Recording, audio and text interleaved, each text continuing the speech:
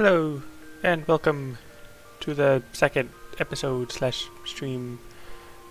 In the last episode, we were very close to getting to the next dungeon, or to the first dungeon, I mean. So I'm pretty sure I need to go to the, to the goldsmiths, I believe? One of the craftsman place, in order to like fix up the mask or something that I got. I don't know. I should have checked before I left. Yeah. All right. Let's see. If I'm lost after like 30 minutes, then I'll head back and check. But pretty sure I don't need to talk to you because that'll just be for guild leaves and guild tests, and don't want to do that. Goldsmith. Pretty sure that's down this way. I could probably make my way up to them from here. So, in the current events of this game, the Dragon Song Ultimate raid is going on. The race for world first and all that. And I've seen a few clips of people trying it. I am definitely not the right skill level to be trying ultimate. It'd probably take me like a month to get through the first phase or something. But plus I don't really have a static, so just doing it through Duty Finder is not going to go well. Plus I haven't even done the Savage raids. So yeah, anyways. So that whole thing has been going on, and it's been really fun seeing people react to all the different phase transitions and stuff. So that's cool. Alright, Serendipity. Mistress Momity, now open a box, collect the earrings from Serendipity, and then probably go to like the Weaver's Guild. That sounds about right. Or I just take the earrings back to Momity. I really need to read these. Thankfully it's not that far, so if I'm wrong it's not a big deal. I know the Weaver is kind of on the way, so I probably should have gone over there. I should also do my level 15 quest for my monk. So I'll probably do that after I do this little quest thing. Where am I going? Which way, I think? That way? No, this way. This way to Mistress Momity at the quicksand. But I want to do the level 15 monk pugilist quest so that I can get the chakra attack. I don't remember the name of it because it's somewhat new. Because as you're leveling up, you used to not get the chakras until like level 50 or 60 or something. Something like that. Alright, picked up earrings yet? Yes. They're right here. Let me just... Guildmaster outdid herself, fell into the wrong hands, and when you head to the banquet... Yes, so I need to wear them as I go to the banquet, and then I'll have like an echo vision, I think. You know, spoilers. Let's see. I'm going to equip them. You know what? They're just earrings. I don't need to equip them in an inn room. You can put on earrings out in the wild. That's fine. It's fine. I'm right here by the inn room. No worries. I can probably just go out this way. And then make my way... Probably could have gone the other way to go to the airship landing. Or, not the airship landing itself, but like the husting strip. Let's see, how can I go? Because I need to go upstairs.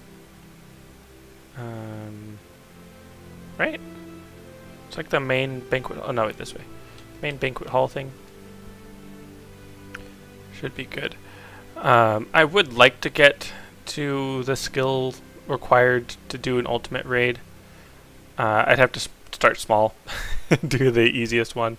I don't even know how big a difference between like the easiest and the hardest it really is. But again, I do need to do savage raids first, so that I can definitely start slow. I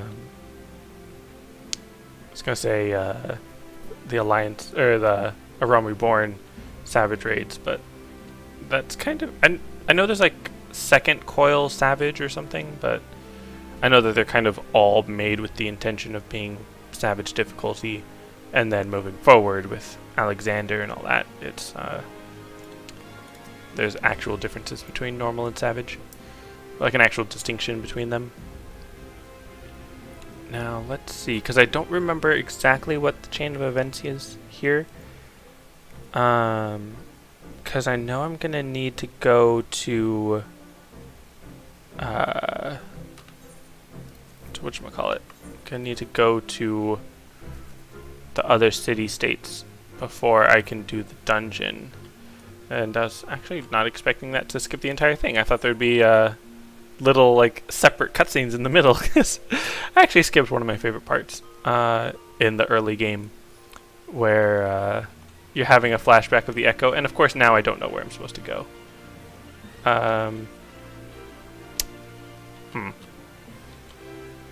Let's go. Where would I need to go?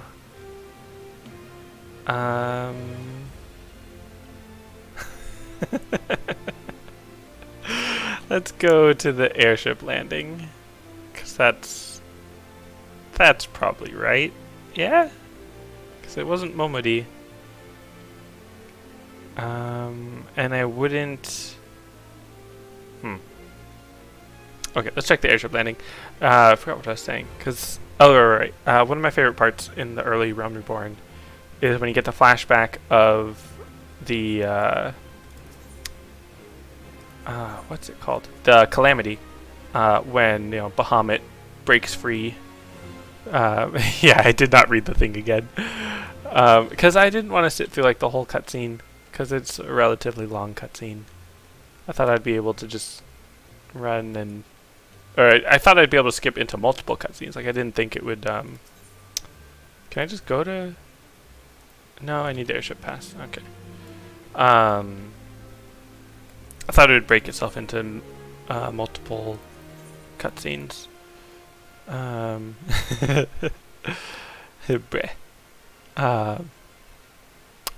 But in that cutscene, there's like a flashback to the Calamity, and they're giving like all the agents like different names, like because you know they're I was gonna say agents, but warriors, soldiers, people. And one of them is called like Metal Snake, I think. So then Raubon's like, Snake, Metal Snake, the way that they do in Metal Gear Solid, because he's Solid Snake, so Metal Snake. Yeah. Anyways, I really should have watched that cutscene. Cannot enter without permission. There's no quest dialogue thingy.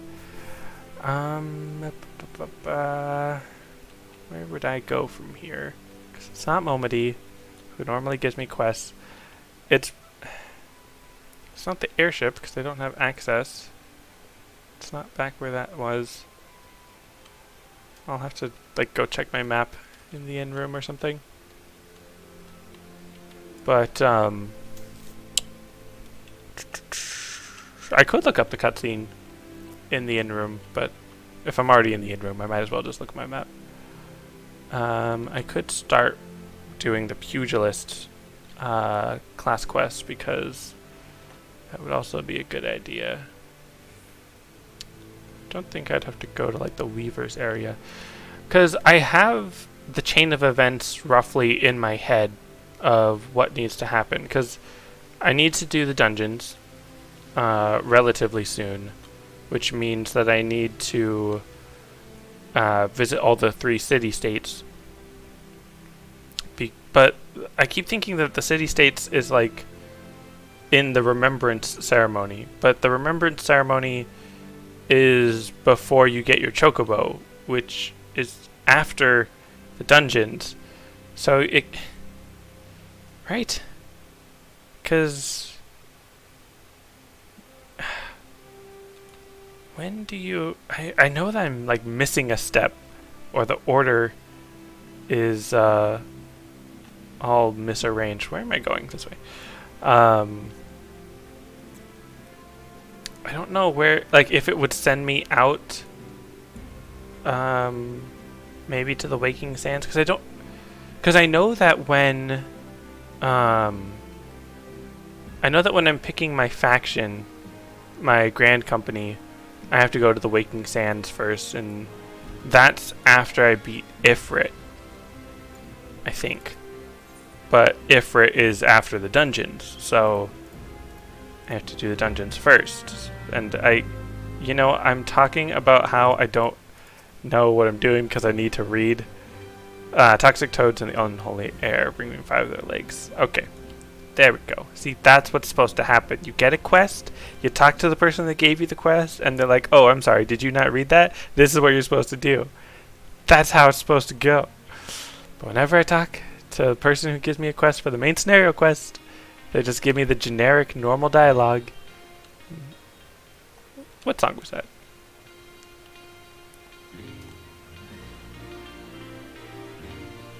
It's hard to hear it now because the actual music just kicked in.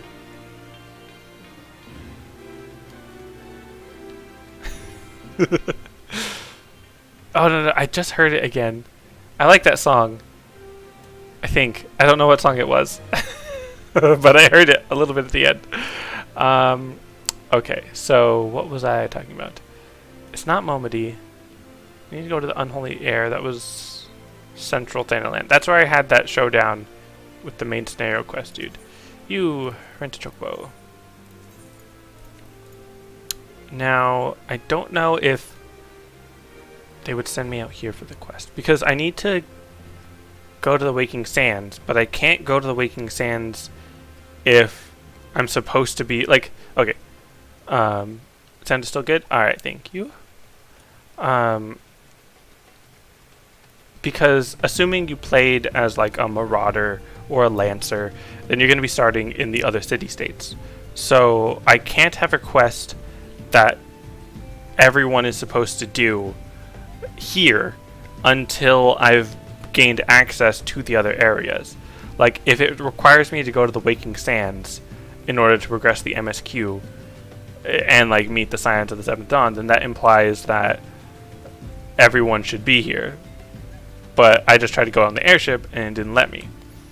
So I need to do some quest that unlocks the airship and then visit the 3 places, go to the dungeons, and then meet the Scions of the Seventh Dawn. And then I do something. And then I try to uncover the plot here with Ifrit and all that. Again, spoilers. If you've not played this game, you should probably play it before watching this. Pretty sure this is the Unholy Air. It might not be. Is that what this place is called?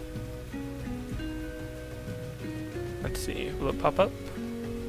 Or will I just see the... Yeah, it's these guys. Alright. These guys are huge. Oh, there we go. Just spinning around. Today.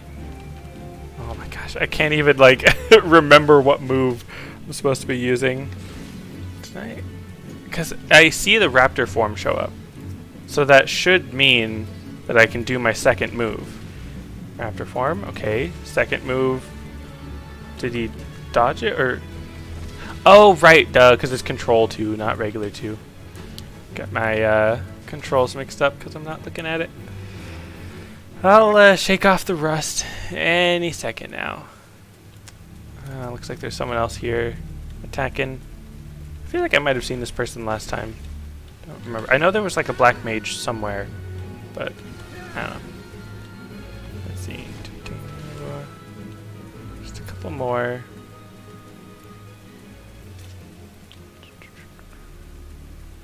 So after I do this, I'll go back to the Ul'dah, and then Haman will be like, okay, help me fight some dude or something. And then I'll have to go do that. And then I'll probably just go back to the inn room and check my map to see where I'm supposed to go. Because I don't think I have to go to the Waking Sands yet. But I can't think of any other specific place in Ul'dah that I would need to go. Like, if it's not Momody, it's not the place on the husting strip, it's not my class trainer. I really should have watched that cutscene. Alright, from here on, I'll try to stop skipping cutscenes unless I legit know what I'm supposed to do.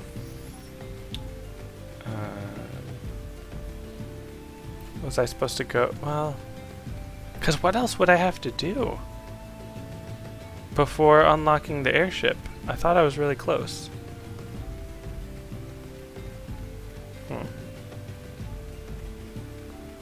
And again, I know that I'm just kind of being lost and wandering around and stuff. And oh, right. He did say to report to someone at the Black Breast Station. I'm glad I didn't just return. Oh, it's him. He's here. Yes, here's your toad legs. Get your legs. Alright, so let's read. Alright, stuff alright. Need some butter, slice the sun lemon. So you're gonna eat the legs. Next party lesson, you'll be endurance to the test. Harm and Holy Fist. Blah blah blah. Alright. As them put an end to it, both turn blind eye, fall into eternal slumber. Ordinary person. Smugglers. You're a true hero. I'm going to fight them. Of course I am. People of the Black Breast Station. Yep. Sure. Is that a player? Or is that the actual player? The actual NPC looks like. Oh yeah, I guess that's the actual NPC. Alright, okay. I was like, what did you say? I guess I got to talk to these people, investigate what are they called? Smugglers or something. Gather information. Okay. I'm real good at gathering information. Don't even know what information I just got. Okay. Searching for somnus smugglers. They always act in alliance. Alright. Yep. They're teammates. Alright. West of the Coffer and Coffin. Got it. Meet you there. Unless he said he'll go there and I'm supposed to go somewhere else. That's possible. That is indeed a possibility. I should also check my hunting log. Like, I don't really need to do it in terms of like experience and stuff. But yeah, let's see, because that's north, that's west. Let's see. I mean, he said like the Key Kern hideout, which I'm sure I'm mispronouncing. But like the shrew-looking dudes, they're kind of like, well, because I want to say like rat people, but that also makes me think of the kobolds, because they're kind of like rat people. Not to be confused with the Spriggans, which are kind of like bunny people, which should not also be confused with the Viera, which are very much rabbit people. But these guys kind of look like rats, or shrews. Supposed to go to a specific place here. So there's a fate going on here. Is that? Aha! There it is. Little glowy solo duty spot. Am I interacting? Yes, okay. Battle commencing! And I don't need to watch this cutscene. It's just gonna tell me to fight some dudes. So let's skip the cutscene and fight some dudes. You? How about, can I? Oh, you're not a person that can, okay. Let's fight this dude. Chastity of the Alacron. Show them the fruit of my training. Alright. Alright, yeah. You know, I am seeing why people, use a HUD so that they can see when their moves are done cooling down. And I'm not sure if I should turn down the voice volume in the game. Not that it's too loud necessarily, just that it can be a bit annoying at times when other little Lalafels are yelling out their battle cries in the middle of combat. I should probably also be paying attention to my positionals. But yeah, that's fine. Was that it? Nope. Oh, there's more. Of course there's more. The marmots are all yours? Like, oh, the actual marmots. Okay, I thought they were just calling the enemies marmots, like calling them rats or something. See, and it's funny, because these guys, these marmots, they kind of look like keycards. Again, like every time I say that, I know that's probably not right. But like, how else are you supposed to pronounce QIRN?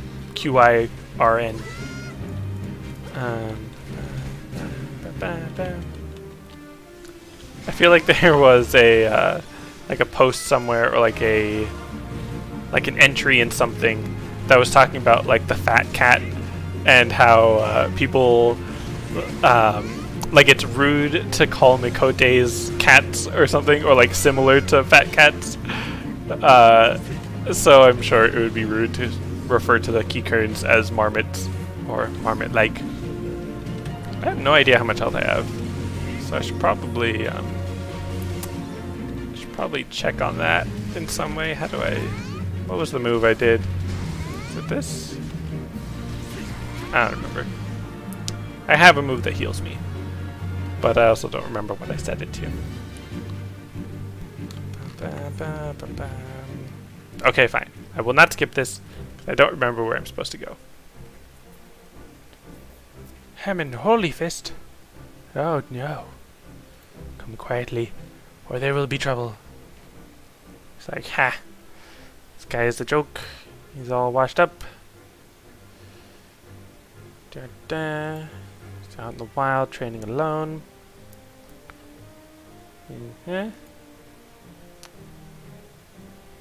He can't even fight a lowly marmot. Can he?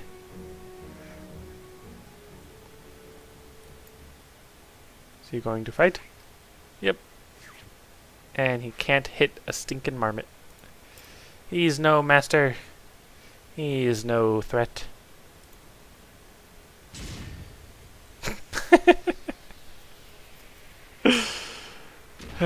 I didn't think the marmot was actually going to attack back.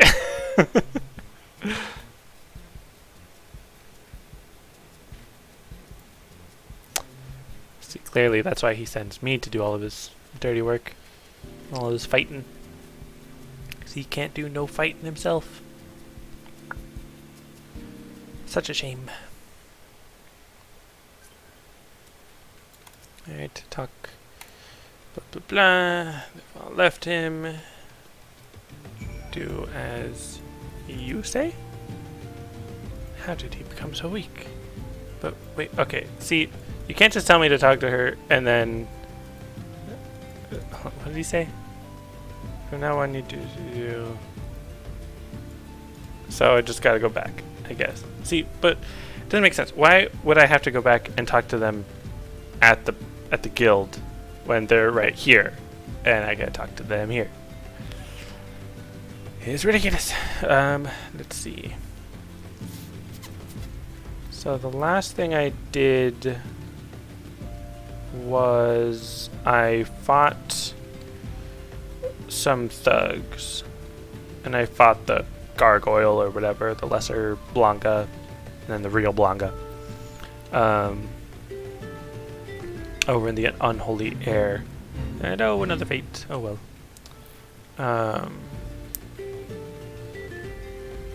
So I don't know if the quest that I'm supposed to do for the main scenario quest would have anything to do with over there. Just double checking that there's no quests in here. No, you're all good.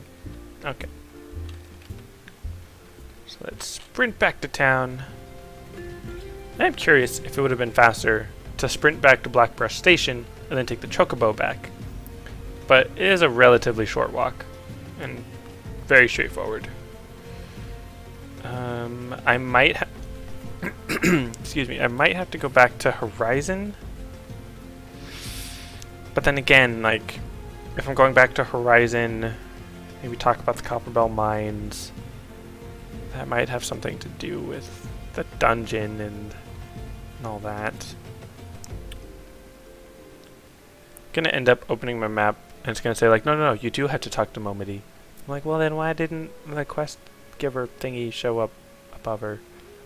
Doesn't make any sense. Ah well. I'm sure I'll figure it out. I'll just go back to the Pugilist Guild, turn in the quest, get the skill, and then go back to the inn room, double check where the skill is, and then move on from there. Let's see. Or, well, no. I was going to say since I'm here, I might as well go talk to Momody, but again, nah. I mean, I could have checked where the quest was while I was over there. That might have been helpful. I kind of want to check over... Oh, wait, you know what? Maybe... Aha! I was going to say maybe it's over here where the Grand Company is. Because that would kind of make sense. Gonna talk to Raubon over here. So far away. Alright, row reception. Leveled up. The Uldan Envoy. There we go. And Twin Snakes. Good, good, good. Now I can buff myself in the middle of combat. He's got so many scars on his face. I've prepared these letters for the counterparts in the Wars in Alliance. Alright, blah, blah, blah, blah, blah. This time I do know. I do go to the airship. And I do airship stuff. Yep. That's what I gotta do. Yeah. This couldn't possibly go wrong. This game couldn't possibly require you to read things. That's ridiculous. Alright. This is just turning in the quest. It's not gonna tell me what to do for the next part of my quest. Let's see. 7, 5, 7, 7. Let's see. Yeah, I'll get some new... Well, no, the gloves are the worst. The worst thing I could do. Alright. Shoes. Got some new shoes from Chuchuto. Chuchuto? I don't know. Let me equip those in the inn room. Even though I don't need to go to the inn room now, because now I do know where I'm going. Aha! You can see in the bottom right corner. Now I've got my my little chakra gauge. Gauge, not gauge. Yes. So now I'm pretty sure I have access to the airship landing. Or I mean, I could get to the airship landing before, but now I actually have access to use the airship to get to the other places. So let's see. May I fly? Do I need to talk to someone just outside the airship landing first? You. To Gridania? Nope. I need the airship pass. If I have to talk to Momody, I swear. Pretty sure I have to talk to just someone right outside the airship landing. And then they say, oh yeah, go on ahead. No. Oh boy. Because Raubon was saying, like, here, you're gonna be the envoy or whatever. Go. I was gonna say, go envoy yourself, like, enjoy yourself, but that came out a bit worse than I meant. It's probably Momody, right? I have to talk to Momody, and then go to the airship landing, and then go to the Momody counterpart in the other areas. Yeah, that's totally what it is. And there's probably a faster way to get there than what I'm doing. Right now, should be this way. I mean, it should be that way. But, you know, there's a wall in the middle there.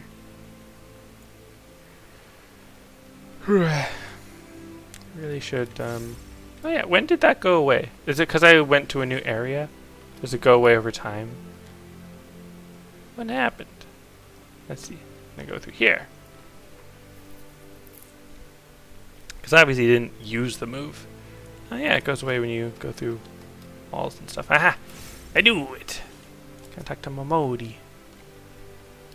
And then I'm going to go to the airship landing. That's what I'll do. I don't need to read. Seeing if I talk to her. Wait, hold on, what did she say? Adventures inspiring to Granite is coming to you all the time, but first you want to actually achieve success, blah, blah, and accomplish. Okay. And again, I'm right by the hidden room. Probably should have just... let me go this way. Should have just equipped the boots that are made for walking.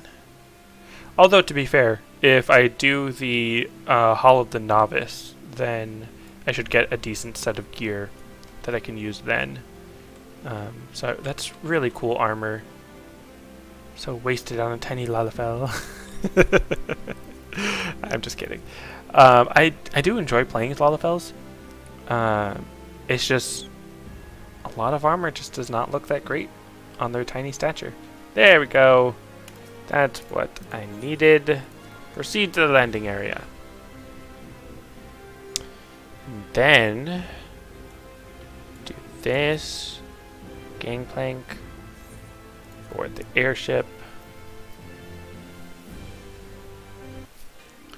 And skip this, because this is definitely a skippable cutscene. It's just sending me on my way.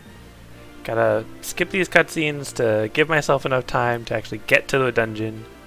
Possibly do the Hall of the Novice, which feels like it takes an hour. Even though I'm sure it's like 20 minutes maybe. If that. Is there, is it a lunch break? There we go. It would be cool. I'm sure it would be a ton of work. And it would go unappreciated, but it would be cool if like all these NPCs had like actual like day jobs. like if you saw them like leave and like change guards and like that kind of stuff, that'd be cool.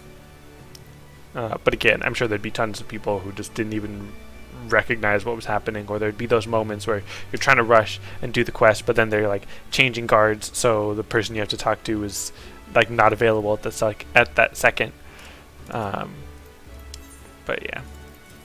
So now that I'm finally on this part where I have to go and speak with the other people, I know I can skip these because I know what's happening. I know what I'm supposed to do. Present the missive to them. Just to double check, I'm gonna go by, what's his name? I was gonna say like, Badaron. Just in case he was saying anything about what I needed to do next. And one fun thing about this particular playthrough, because I'm not using teleport and return and all that, I'm not really doing any aetherites, so. That will make the travel a bit faster in terms of not having to stop and attune to everything. However, the amount of time that it takes to attune to things is much shorter than the amount of time it takes to get to places without having been attuned to them. So, yeah, we'll see about if it's faster or anything. Skip cutscene, because now I'm just going to Gridania. Great Anya, and then I'll talk to what's her face, Connie Senna, I believe her name is. Not sure if that's how you pronounce it exactly. Now I'm trying to hold in a sneeze. Oh wait, no. Yes. Okay. And then talk to you. Thankfully you're just right in my view so that I know where I'm going. And then now I go to Nafika's Well. Is that the name of it? The Conjurer's Guild? Or right outside the Conjurer's Guild. And of course normally I would just take that big ol' aetherite right there. That aether right there. But I know the way. Gridania is very small. Compared to the other city-states. Interesting looking armor. I feel like, as I'm sure they know, the body piece does not quite match the color scheme, but very cool nonetheless. It doesn't clash too hard. And I do really like that top that you get from like the newest MSQ stuff. Very cool indeed. I don't think I'll really be doing any glamour this playthrough. This is just another gate. This is the way I go. I don't think I'll really be doing any glamour. partially for the sake of time and not spending much time in front of the old mirror, but also I just think it kind of is nice to wear whatever armor I happen to be picking up from dungeons and all that. Now I do all this, talk to her, and then I'm pretty sure I go back. Or no, okay. So now I just do Call of the Sea. I'm curious though, if I had started in Gridania, would that Call of the Sea have happened at Limsa Lominsa or in Ul'dah?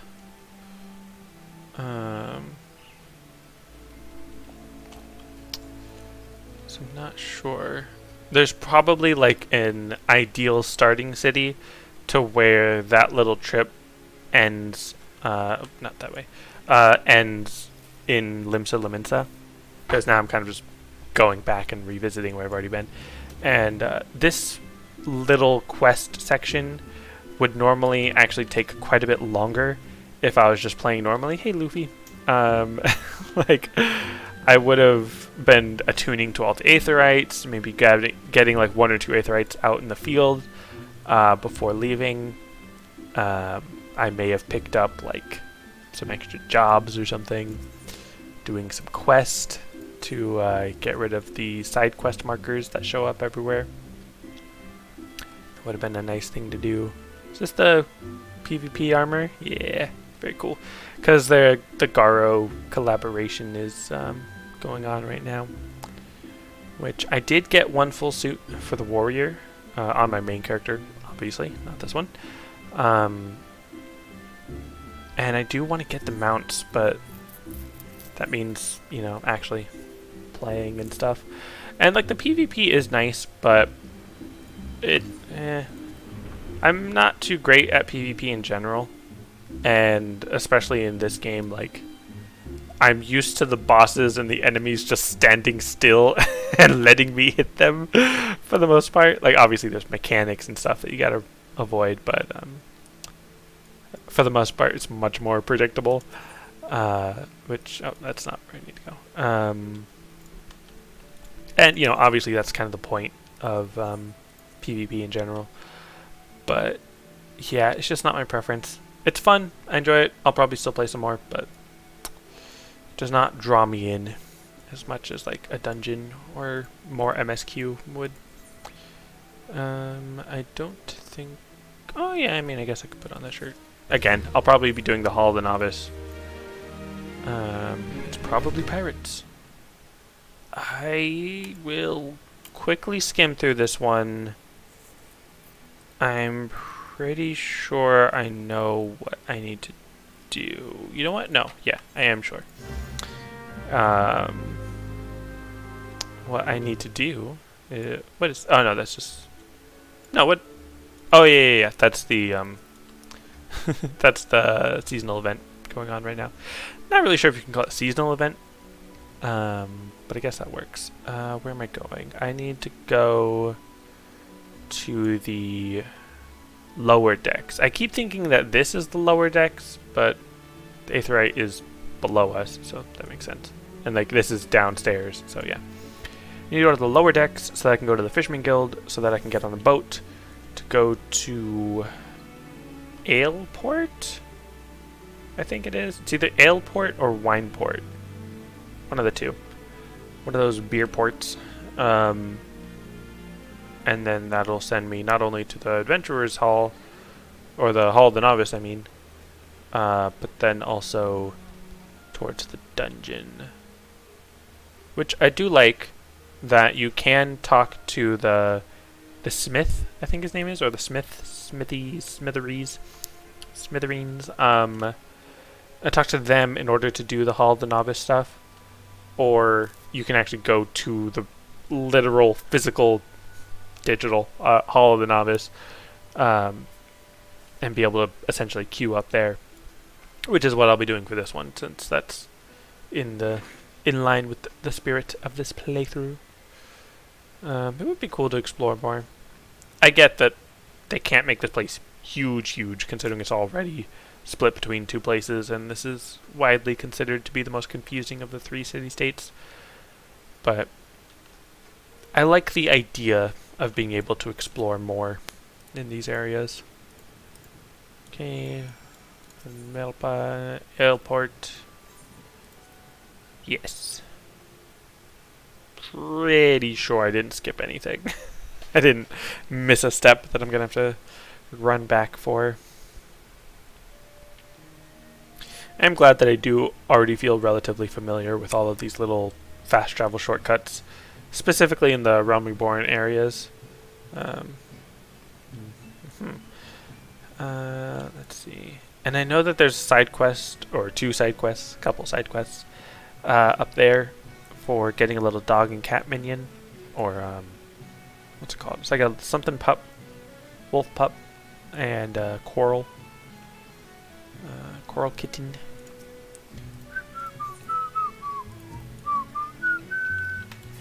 Sometimes the music just can't help but whistle along to it.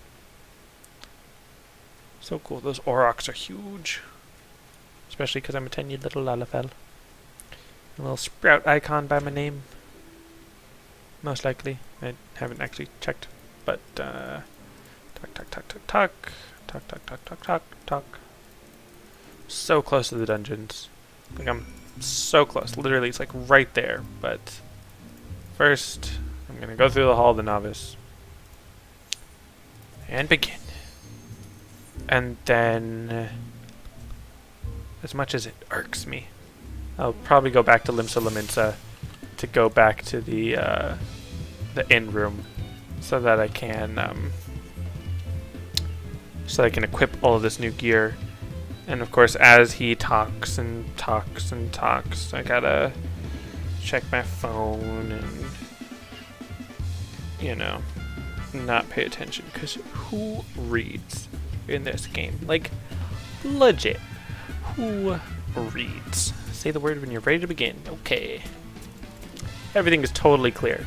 I just gotta not get hit and hit real hard. That's what I gotta do. That's the only thing you ever do in this game. You don't get hit and you hit real hard. I want to get his face to block out the sun. Nope. Okay. Fight. Again, I almost whatchamacallit, almost zoomed out. Is the action not learned? I thought it said the action was learned. Maybe I level synced for twin snakes. I thought I said that. I might have to take a look at that, because I thought I set twin snakes to be my second skill.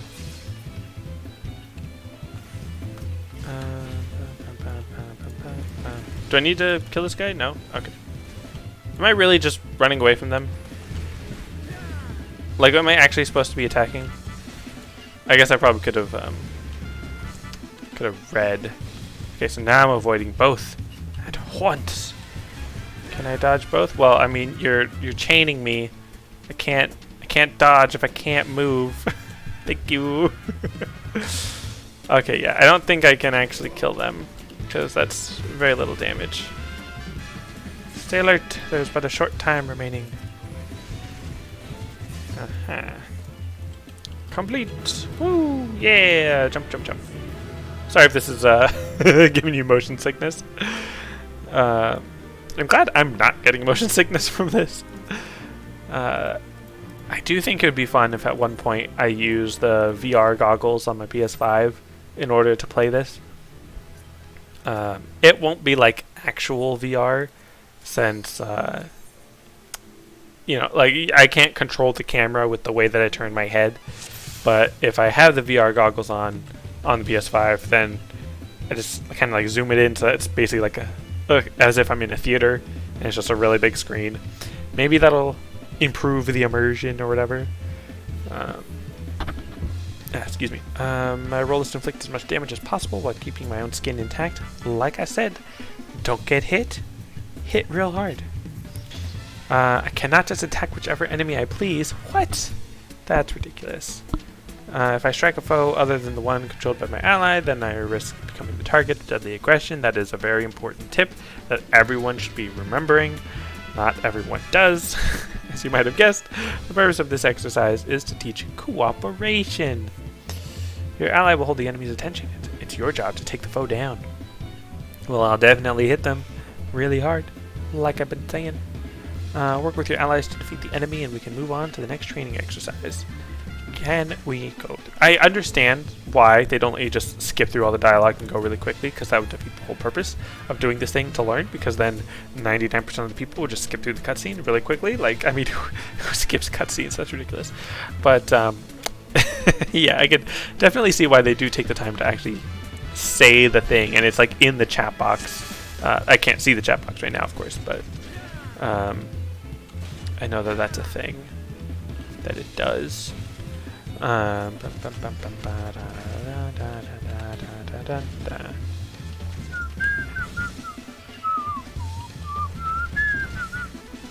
know, for a second I thought that red mage, like not red mage, but like the conjurer in red, I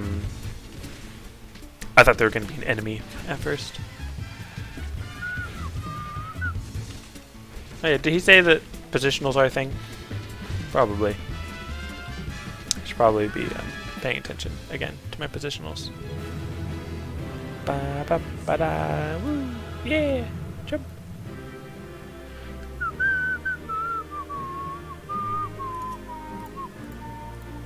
I think there's like 7 of these.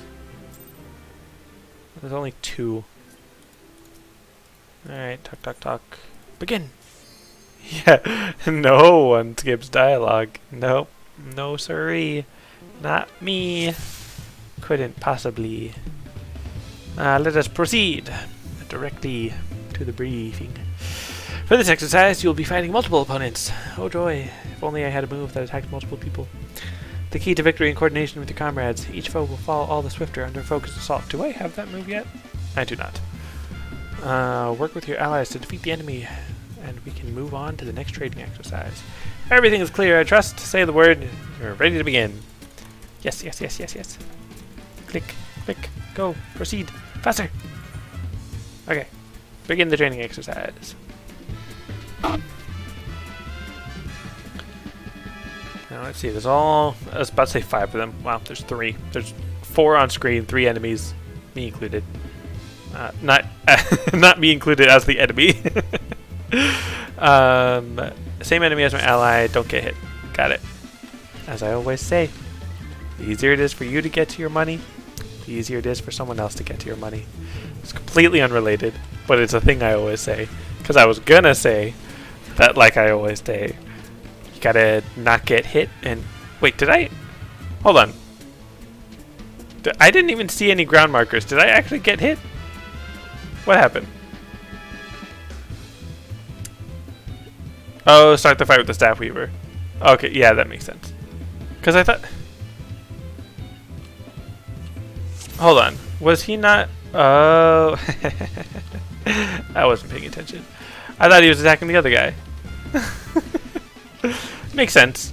The Staff Weavers are generally more dangerous than the non-Staff Weavers. Yeah, the Weavers, not Weaver. Alright, move on to the Fist Fighter. Would be nice if my tab target worked. I don't know why it doesn't work. Like, I think I changed the setting, but the setting was not, don't make it work. Like, should have been fine. Another yet standing. Do not lose focus. Let's see. Because I think I changed it to cone. Or like, ignore distance or something. Can't remember. I guess I could check after this. Can I check real quick? Character configuration, target. Never mind.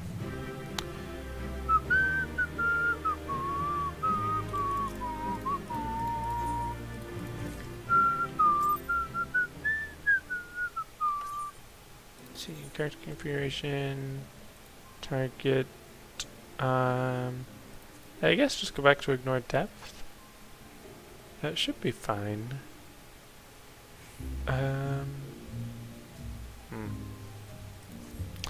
Alright, maybe it just doesn't work in first person. That could be possible. I'm not sure why exactly. Let's see, number 4, I think it was. Let us proceed directly to the briefing. And I shall read to make sure I don't fail the mission again. Do you remember the lesson where I had you evading enemy attacks? Yes, that's literally every mission, technically. I mean, in the last mission, the enemies weren't really attacking me, but you know what I mean. This exercise will put that training to the test. You must need to plan your strike around some fancy footwork. I do enjoy when they say must needs. Work with your allies to defeat the enemy, and we can move on to the next training exercise. Everything is clear? Yes. Again, you hit really hard, and you don't get hit. Those two things. Not in any particular order, even though I feel like I just said it in a different order than I usually say it. But that's fine. Training exercise is now underway. Got 2 allies, 2 enemies. Engage the axe wielder. Keep an eye out for counterattacks. Got it. Don't get hit 5 times, or else we'll do it all over again.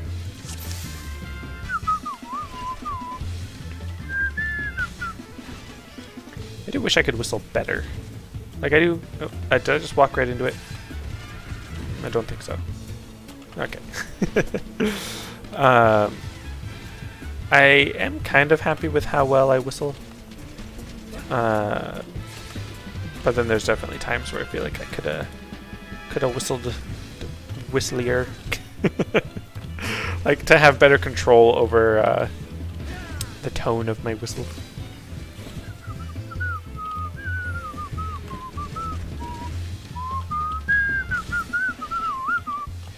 Yeah, I don't know. Anyways, let's see. And this concludes the exercise. Pray come and receive your reward. That was 4, I think. Right? It'd be cool. I mean, I was going to say it'd be cool if they shortened these, but realistically they need to add more because there's a lot of information that the Hall of the Novice does not teach you. Okay, so this is 5. Does it... No, that's just all the completed ones. Pretty sure there's 7. And I know that like the tanks only get like 4, like the healer gets 5, but apparently DPS is more complicated.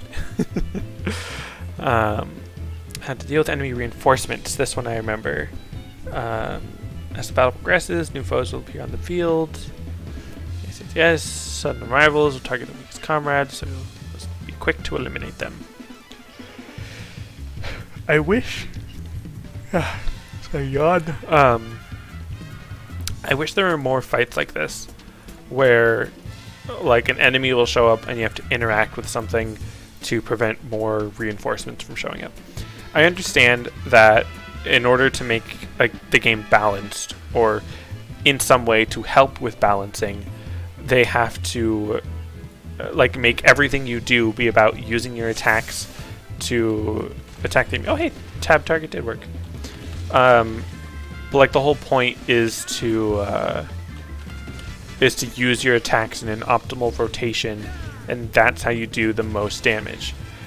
But I would like for wait, what? Oh, come on, there we go. I would like for some of the whatchamacallit, for some of the mechanics to be interacting with outside objects. And then, of course, you would have to balance that where if you're intending for the healer or the tank to interact with it, probably like the off-tank would be like the best option. If you're intending for them to do it, then the time it takes to do the interaction or the damage that the interaction does has to be equal to or greater than the amount of damage you would deal performing an optimal rotation within the same amount of time. Like, if the interaction takes up 3 attacks, then it has to be worth the damage of those 3 attacks, or prevent the amount of damage that 3 heals would do, or something like that. But then you get into the issue of, if you start balancing the attacks more, then that means you have to go back into that encounter and rebalance how much damage that interaction does, or how much time it takes. And then, like, okay, that means that someone who's just not very well optimized, doesn't really know their rotation, doesn't have a great gear set, they're going to benefit more from doing that interaction rather than someone who has better armor and gear and knows their rotation better, because then that difference in damage isn't going to be as much. So then, who knows, maybe they didn't balance it right, and it is better to just do your optimal rotation.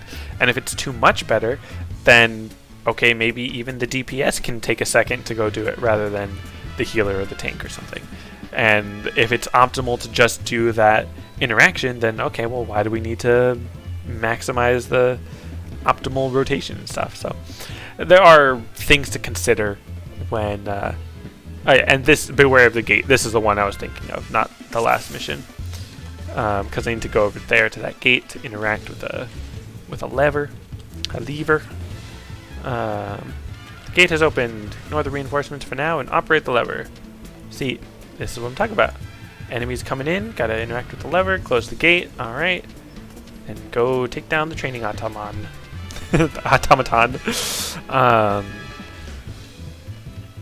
Yeah, I like that idea as a mechanic. And I know that Sasasha has changed, at least a little bit, I think, since the last time I played it. And I've intentionally not gone back to play these opening dungeons because I want to do it on the stream and figure things out on my own. But I know that in the final boss for Sasasha, typically you're supposed to pay attention to when it says that there's bubbles like forming on the surface of the water or something, and go interact with the object to prevent some reinforcements from showing up, or at least prevent more reinforcements or something. And that's a really good idea on paper until they balance the game in a way where you can just destroy that boss before any significant amount of reinforcements come up. Again, I'm pretty sure they changed that to some degree at least. So I'll figure that out in like 10 minutes, 15 minutes maybe. Probably like 20, 30 minutes, I'm not sure. But yeah, I like the idea of a fight having mechanics more than just walk out of the way, don't get hit hard. Like, I understand that from one perspective, or one thing that was kind of interesting to me is in Hawk Manor, again, one of the early Realm Reborn dungeons that I know has been changed a bit. I don't know how much has changed. I don't know if that's going to affect this situation I'm discussing. But there's these enemies that can stun you or like inflict fear on you, and whatchamacallit, it's beneficial to have a tank that can stun to interrupt that ability. Obviously all tanks can stun, but the Paladin specifically has a weapon skill that can stun, which means they can stun more frequently than a warrior or a gunbreaker or what are they called? Dark Knight. So in that particular dungeon, it is particularly beneficial to have a Paladin, because there's parts where two of those enemies that can cause fear show up at once, and they both use their attacks at once, so it's a really big AoE.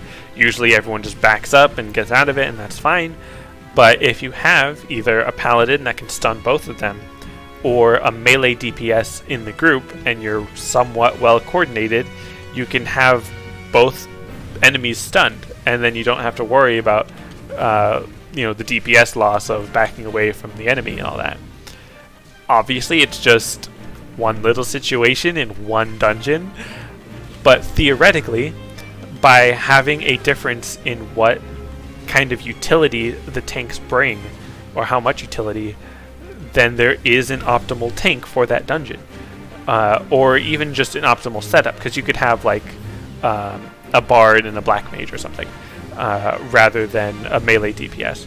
And theoretically you should have a melee DPS in all dungeons because of the LB, but then again, the LB is not a huge deal. Like, in just normal dungeon content, the LB is not like a make or break situation, and if it is, you've got other problems rather than whether or not you have a melee DPS. But yeah, ideally you should have a melee DPS anyways, so this is a bit of a non-issue. But the thing that I was trying to get at, the thing that I was thinking about was, if you give one class or one job a particular utility that other jobs don't have, then you run into the issue of making one job be required for a particular mechanic. So kind of every job has to be able to do roughly the same thing in order to be viable for whatever content they're doing. And a mechanic, like an enemy mechanic, can't require a specific job to be present, which means every fight, every attack, other than like unavoidable raid wides, has to be avoidable by any job. And what is the one thing that every job can do? Run, like move. Like you can move out of the way of an AoE, and that's really the only thing we all have in common. I mean, we can also deal damage, but then you get into like how much damage and all that. I'm going back to the in-room elements, by the way, but it is an interesting thing that like really the only way we can interact with an enemy is to run away from their attacks or run in and attack them. And of course, if you're ranged, you don't need to run in as much, but yeah, every mechanic is resolved by just standing in a specific spot or not standing in a specific spot. And I feel like if they had more interactions with levers and bombs and switches and stuff, then you can add more variety in maybe like a ranged DPS can hit a switch from farther away or something. And again, that goes into the whole that makes ranged DPS more valuable than melee DPS, and maybe you'll see an imbalance there, and so on and so forth. It's just a random idea.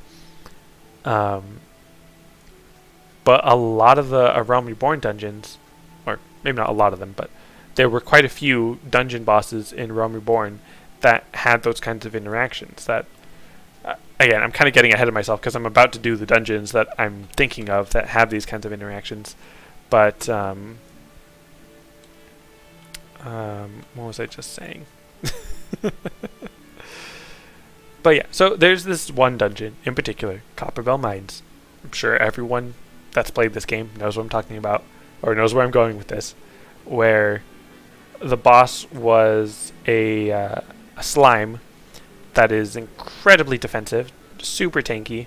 Like, you would have to be really over-leveled to be able to just defeat it normally. But what you're supposed to do is have the tank get his attention, have someone else pull a lever to spawn a bomb, like the enemy, the explosive bomb, and then bring him over within range of the jelly, the slime, and have the bomb detonate and split the slime into 2 and then 4 and then like 8 or something. And I like the idea on paper of that mechanic. I think it's great that you're using what the tank is good at, which is getting the boss's attention and pulling them away from the group. You've got an interaction with the lever to do more than just attack. And technically, I mean, there are enemies that show up to try to attack the bomb that you need your DPS to go in and fight fight the other enemies to protect the bomb. And then, of course, the healer has to make sure the tank is still alive. The slime doesn't do that much damage, but it'd be interesting if it did. So, like, on paper, I really like that fight. I like the idea of everyone using their talents in specific ways and making it interesting. It's different than pretty much any other fight in the game. However, in practice, that means everyone is just standing around waiting, and then the bomb becomes available. You hit the bomb, you stand around and wait. The bomb goes off, you get out of the way so you don't get hit by the explosion, ideally. And then you just stand around and wait, and then the enemies show up, you kill them in 2 seconds, then you stand around and wait, and it's like, so much of that dungeon is standing around and waiting. And I get that that's obviously not very fun. It's not ideal. There's probably a better way to go about it. And I'll see soon, because I'm going to be going through those dungeons, in the next 2 hours. So I'll see if they changed it. I'm pretty sure they did, at least to some extent, because they added the duty support, so they have to have the dungeon doable by the NPCs. So I'm sure that whole fight would have been very difficult to program.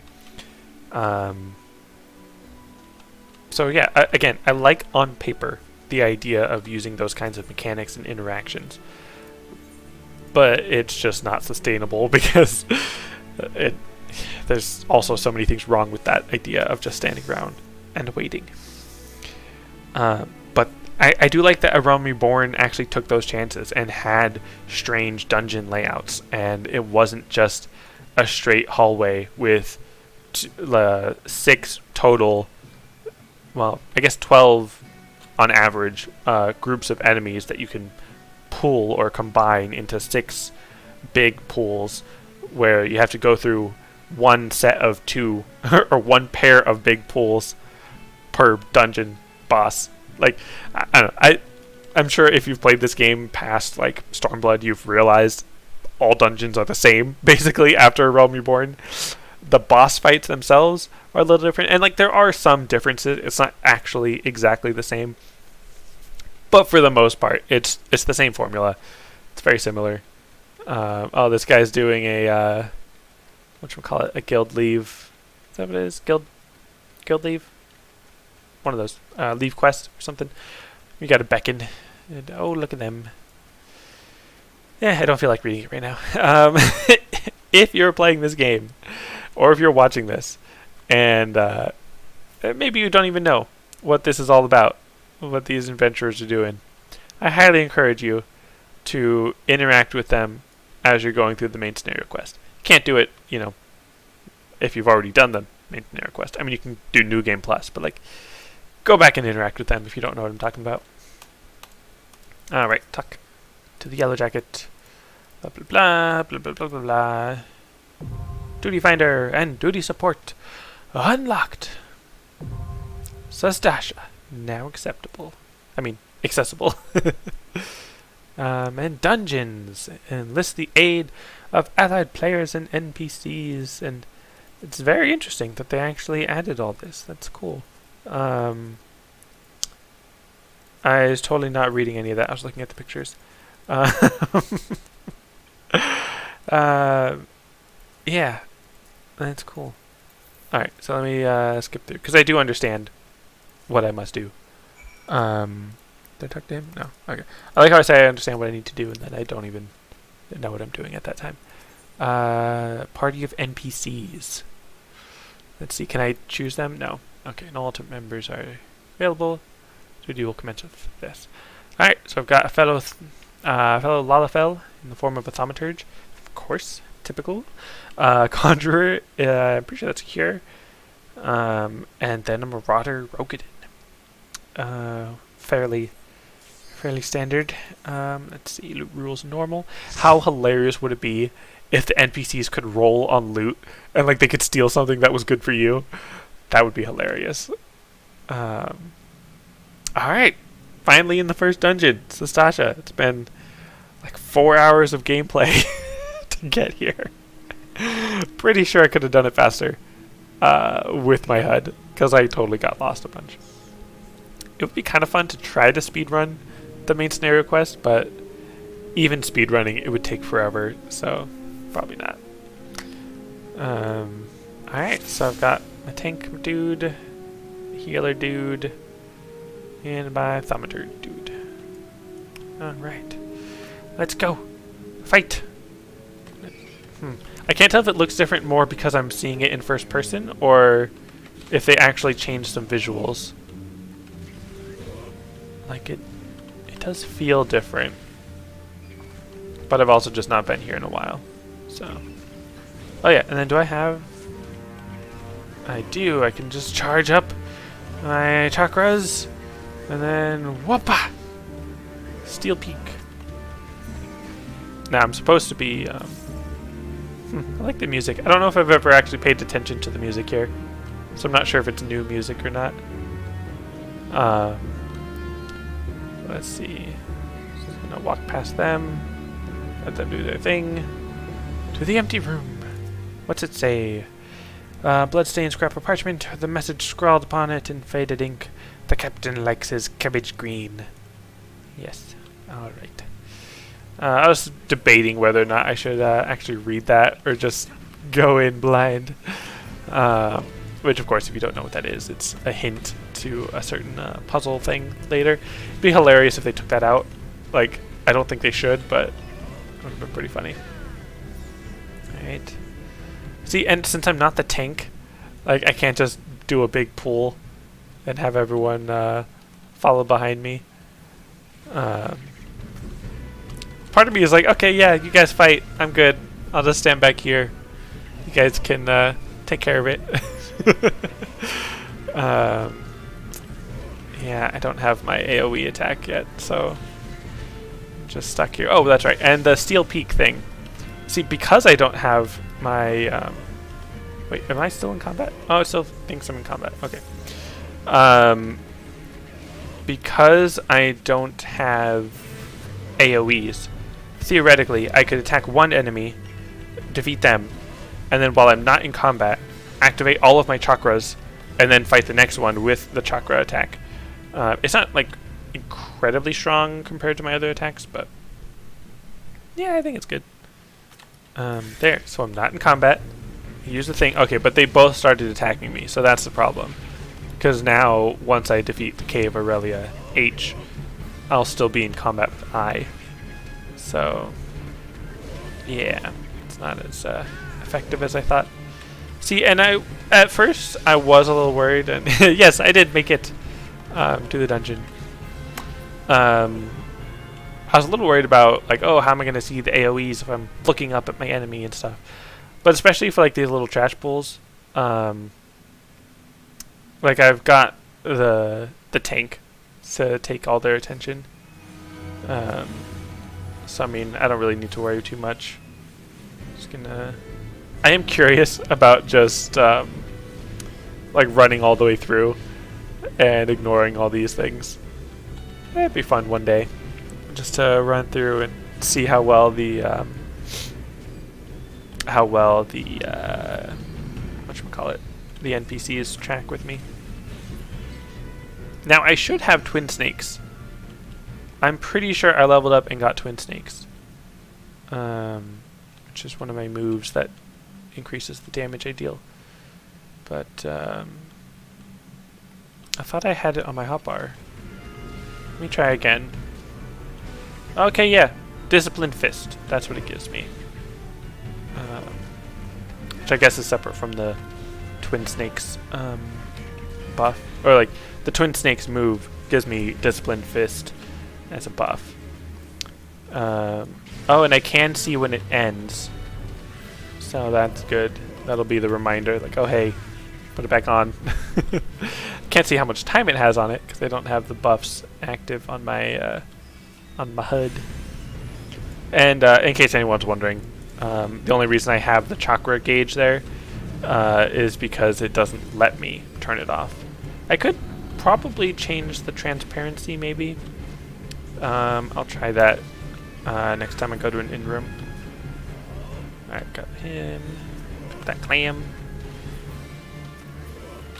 I know I am playing very not optimally.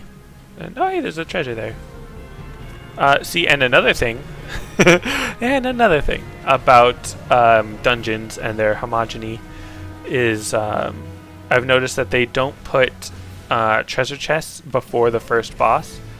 My idea about that, I don't know if it's true or if they've mentioned it already or not, but they don't want players to jump into a dungeon, rush past the enemies, open up a treasure chest, and then quit the dungeon. And then just like rinse and repeat and get a bunch of essentially free loot for not having to fight anything. Especially if it's like you're under-leveled for the dungeon, so getting those pieces of loot would help you essentially gear up for the dungeon. Because then that'd be a bit of a cheap way to get the loot. Or to get geared. And another thing, not about the dungeons necessarily, but one of the reasons why I wanted to do this as a monk is not only is the not only is the rotation relatively simple, but the role as damage dealer is very straightforward. As I've said before, all I gotta do is not get hit and hit real hard. And I don't really need to see my health to know that I'm not supposed to get hit by things. Like, sure, it would be nice to know whether or not I could be a little greedy and like take a hit to deal some more damage. But realistically, I should not be trying to take damage. I should be trying to avoid it. So I don't really need to know how much health I have. And because the monk doesn't really use any MP, then I don't really need to worry about checking that either. If I was a tank, I would definitely want to know how much health I have, because that would help determine when or if I should be using my mitigation. Theoretically, of course, it'd be nice to always be using mitigation, but especially in the early levels where you don't have that much mitigation, you might want to make sure you're using it at the right time and all that. So it would be a little more difficult. I think the lighting is different in here. Like, it's a brighter, more yellowy lighting. Used to be a little bit more darkish blue, green. But speaking of green, a red coral, a blue coral, and a green coral. Coral, not coral, which I just realized, because it's the coral formation. And then we press this button over here, and then the cattery with Chopper, the coral. Oh, this game is so funny. But anyways, this should be an easy fight. I don't remember it being particularly difficult normally. However, they may have changed it a bit. But as I was saying earlier, especially because when I had this idea for the series of playing through first person, no HUD and all that, I didn't know about the duty support that was going to be added. I knew that there was like trusts later in the game, but obviously this is still new for having these dungeons available to do multiplayer. I mean, not multiplayer, single player. Let's see. Yep, just gives me the earrings or the loot. Anyways, so I didn't know if I was going to be doing this with NPCs or with other players. And if I'm going to be a tank, I don't want to burden my allies by being first person no HUD. So I would have to like have that inner struggle of, do I not do first person no HUD in dungeons when I'm playing with other people? Because like the dungeons are a pretty big part of the game. Like, you can't just not do the dungeons in the way that the rest of the playthrough is meant to be played. So there was that. And then I don't want to be a healer with first person no HUD, because then I really need to know what other people's healths are. And you do have the health bar right there, but like, nah, that's not enough. I gotta know exactly when my heals are done cooling down and how much mana I have and how much health my allies have and stuff. And I swear the lighting in this place is different. Like, it's not just because I'm in first person. So yeah, I knew that it had to be a DPS. So that's why I obviously couldn't be a tank or a healer, because those are not DPS. Now, I wanted to be melee, or technically I wanted to be ranged, because I didn't want to have to be running up and like not be able to see the ground and be missing AoEs and stuff. But I think I was trying a little bit as a bard, and the spell effects from the bow were like right in my face because I'm in first person. And I'm sure I could have turned off like my own battle effect animations, which I should probably be turning off my allies. Like, I thought the allies were also turned off, but not sure. Is this level 20? I think so. And then, what was I saying? Black Mage would be very difficult with no HUD, because without seeing my mana, I won't know when to stop casting fire. And again, the lighting in this place is so strange. Oh, that guy just jump out from under the stairs. Or am I going crazy? I don't know. What's the thing? Right, Black Mage would be very difficult because of the MP and like timing of well, not Enochian because Enochian's passive now, but you know, it would be difficult to play Black Mage with the HUD.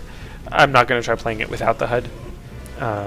First person itself wouldn't be necessarily a terrible idea for Black Mage. So maybe I'll do like Black Mage first person with HUD later or something, just as like a bonus episode or something. But those are the two ranged DPS that I can remember. That I think there used to be a table right here. Interesting. Those are the two ranged DPS that I was thinking of trying out, and those are the reasons why I was not going to be playing as them. Oh yeah, and Bard. I'm trying to play Bard with the HUD. I'm always looking at my skills, waiting for the procs, and when the songs are on cooldown and all that stuff. The songs themselves actually would have been on the job gauge, which I would not be able to turn off, so that technically wouldn't have been that difficult. But yeah, so it was, maybe I'll try Bard later or something, but I don't think it would have been a good fit for the first person no HUD. Then I could do Dragoon. That's an option for melee and all that, but the cooldown on the jumps being 30 seconds, 1 minute, minute and a half, I didn't want to feel like I have no idea when those are going to be off cooldown, because I'm not going to be keeping track of every 30 seconds. And then I'm just going to feel like I'm being super not optimal with the jumps because of that. And then like the timer for Life of the Dragon or Blood of the Dragon and all that. Well, actually no, because the timer would have been on the job gauge, so that wouldn't necessarily have been an issue. But anyways, the jumping back and forth might have been a bit of an issue with like the camera angles, and I'm not trying to like look at this guy's butt. It's just I'm a Lalafell. It's eye height, and the way the game like moves my camera to the enemy when I use an attack. No. Anyways, why are all these people just like, come on? This is not the point of this playthrough. Anyways, as I was saying, what else could I have been? I could be a rogue. I would have had to start as some other class first, and then... Oh, that's right, the Arcanist. I forgot about the Arcanist. Yeah, definitely before the rework, I would not have wanted to be a Shadowbringer summoner, first person no HUD, because that would have been a nightmare for all of the timings on the cooldowns and everything. Now that now that Summoner has been reworked, I would be interested in trying it because it is much more straightforward, much more formulaic. I don't know what the leveling process is like because I had already gotten it up to 80 before the rework. So I'm not, like I said, I'm not sure what the leveling process is going to be like. It should be relatively similar to endgame rotation, because Summoner, with as great as it is, it's very similar to early game Summoner. Like they don't add that many moves or that much complexity, but still, it's a nice idea in terms of you have this core set of moves, and as you level up, you're kind of just augmenting those moves or using those moves more, basically. Like, you're not just adding extra mechanics on top of extra mechanics, like new timers and like new job specific things. You're just improving what's already there, basically. It's a little hard to explain because I feel like as I'm saying it, I'm realizing that I'm kind of saying it's doing the thing it shouldn't be doing, but I don't know. There's nuance to it. But the downside of that is early game will probably feel like you're doing the same thing that you're going to be doing in endgame, which makes endgame feel boring sometimes. But, you know, to each their own. God. Yes. Okay. What else was there? Dragoon. And then Rogue. Because the Ninja... Oh boy. Ninja... I felt like I had a pretty good grip on what the rotation was at the end of Shadowbringers. I wasn't like a Ninja main, but I felt relatively confident in knowing how to play Ninja. And then after getting it to level 90, I'm like, what? There's like 5 different resources now that I'm realizing that I have to like keep up with, and like all the cooldowns are relatively long, kind of. So that also would not have helped for first-person no HUD, because cooldowns are a thing that I need to keep track of. And I'm sure I'm attacking slower than I need to. I just don't want to be like mashing the buttons to attack. Especially if I'm trying to use my boot shine. Like, I don't want to accidentally use boot shine twice instead of whatever the next move is called. Snap punch and twin snakes. But is it snap punch? No, it's, what's it called? True strike. That's what it is. True strike, then snap punch. What was I saying? Oh right, I know. I know I'm not attacking as fast as I could be if I had the cooldowns visible. But I mean, I'm not going super slow. It's just funny that it's because the monk can attack so quickly that it's helpful to not need to pay attention to the cooldowns. Like, I know that if I wait longer than I think I need to, I'll be fine. Yeah, I don't I don't have much more to comment on that. I know that it's not very, or it's not at all MP heavy, so I don't need to worry about that resource or whatever. Alright, here's the actual final boss of the dungeon. Might as well watch the cutscene, because, you know, that's what I do here. It would have been cool if they tried to, like, do the camera work to make it look like he decapitated him. I know that's super dark. But yeah, because it almost looks like they were doing the editing to look like that, because it didn't really show where he got sliced. I always kind of figured it hit him in the gut, but then looking at it just now, it kind of seemed a bit higher than that. Anyway, so I'm doing this fight, blah blah blah. His health is going down pretty quick. Bubbles begin forming on the water's surface. So I need to be going to that thing and interact with it to stop some more dudes from showing up. However, he's already about half dead. And no other enemies showed up? Wait. Yeah, because I thought the bubbles were already forming on that surface. So did the first one just not show up? Like, did it just break? Like, oh, an enemy approaches. Oh boy. I hope they don't stop me when the boss is like 4%, 1% maybe. There we go. Easy peasy. So that's why, I mean, I'm obviously super amazing at this game, so that's why I was able to defeat him so quickly. But like, the rotation is so simple so far. Like, it's literally, it could be like 3 buttons. It wouldn't be the optimal rotation, but it would still just be 3 buttons. For the monk specifically. So, I mean, those guys are just gonna chill there. Oh, look, the Lancer. That would have been the dude that I'm taking the place of. Or chick. Lady. Listen. And I mean, I guess I'd... Yeah, anyways, let's see. I would have gotten some gear. So I'll probably stop by the inn room on my way to Gudania. Or when I get to Gudania, I guess. Depending on... Well, no, because I have to go back to Baderon anyways. So yes, I did my quest. None of you were talking to me. And the gear that I get from the dungeon, I'm pretty sure is going to be worse, if not the same, as what I got from the Hall of the Novice.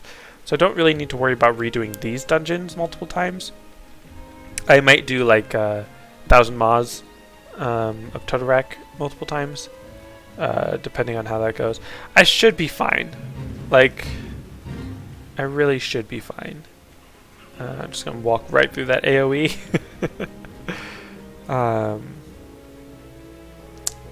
I think the first legitimately difficult dungeon is Brayflox's long stop. In my opinion, in terms of like the tanking and healing, that was a little difficult there.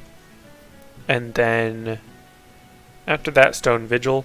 It's pretty hard. Don't remember. Is that the next dungeon?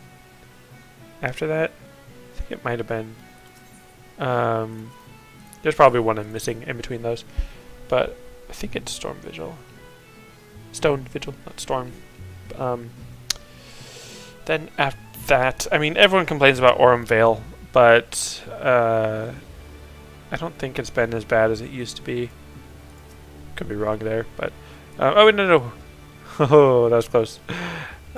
So used to so used to using the Aetherite. It's about to just try to fast travel there. Whew, almost attuned there. Alright, one dungeon down. 2 more to go. And that only took about 30 minutes. It wasn't that bad. Even using the trust system. Which of course, as I kind of mentioned already, that if I had realized, I mean I did kind of realize beforehand that I'm going to be using NPCs, I probably would have been fine being a tank in order to go through, and even if I didn't see my health, I'm sure the healer would have kept up. It would have been fine. But then I would also want to be sure that I'm hitting all the enemies and that they're not going after any of my allies, which would mean that I would kind of like to have the enemy list on screen, so yeah. I don't know. We'll see. If I get to Heaven's Word and Heaven's Ward, and I feel like I need to, or I feel like I'm not struggling at all with the dungeons or something, maybe I'll go back and try a tank. Probably Dark Knight, just because it'll start at level 30 and I won't have to level all the way back up to 50. Or I could just wait till the end of Heaven's Word and then be Gunbreaker. But then again, Gunbreaker has such long cooldowns. I mean, did I just say Gunbreaker had long cooldowns? It has like the 1 minute, almost said 1 hour. The 1 minute damage up cooldown, that's like the longest you have to wait for stuff. Excuse me. I mean, outside of the invulnerability, Super Bowl-eyed. But, yeah, no. If I can't see my health, don't need to use Super Bowl-eyed. Or shouldn't use Super Bowl-eyed. Let's see. To the in-room. I'm going to double check while I'm here what thing what am I saying? Where the quest is. Like 99% sure it's just Gridania. Let's see. What was I thinking of? Oh, that's right. I also want to layout, make these visible for a second, so I can double check what my moves are. Like, okay, True Strike, Twin Snakes, that's level 30, that's level 50. Level 26. You would think that they would want to give you your AoE sooner, like at the same time as your oh man, and I got something in my mouth. A hair. Blech. Yeah, I always forget to use this in combat, especially when I can't see it. Let's see, do I have any kind of traits that would help? Just reduce the cast time. Steel Peak. an attack with a potency of 180. So compared to 220 or 270, so it's basically start the fight with an extra boot shine. That I mean, I know it's an ability, so it's not like taking the spot of a weapon skill, but that feels really weak. Like, I mean, I guess it makes sense, because you're not going to be meditating in combat. Like, if meditation... Wait. Could I be using the... Oh, no. Because it says shares a recast timer with all other weapon skills.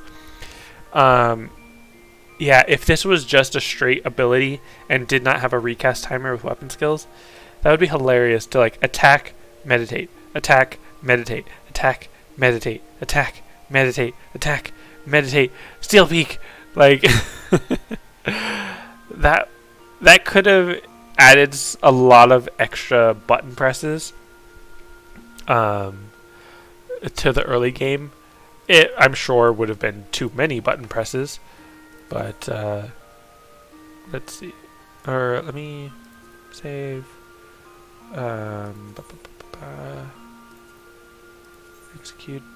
So now, if I go to 2, that'll be the same. And then, I was going to say mute those. Hide those. And...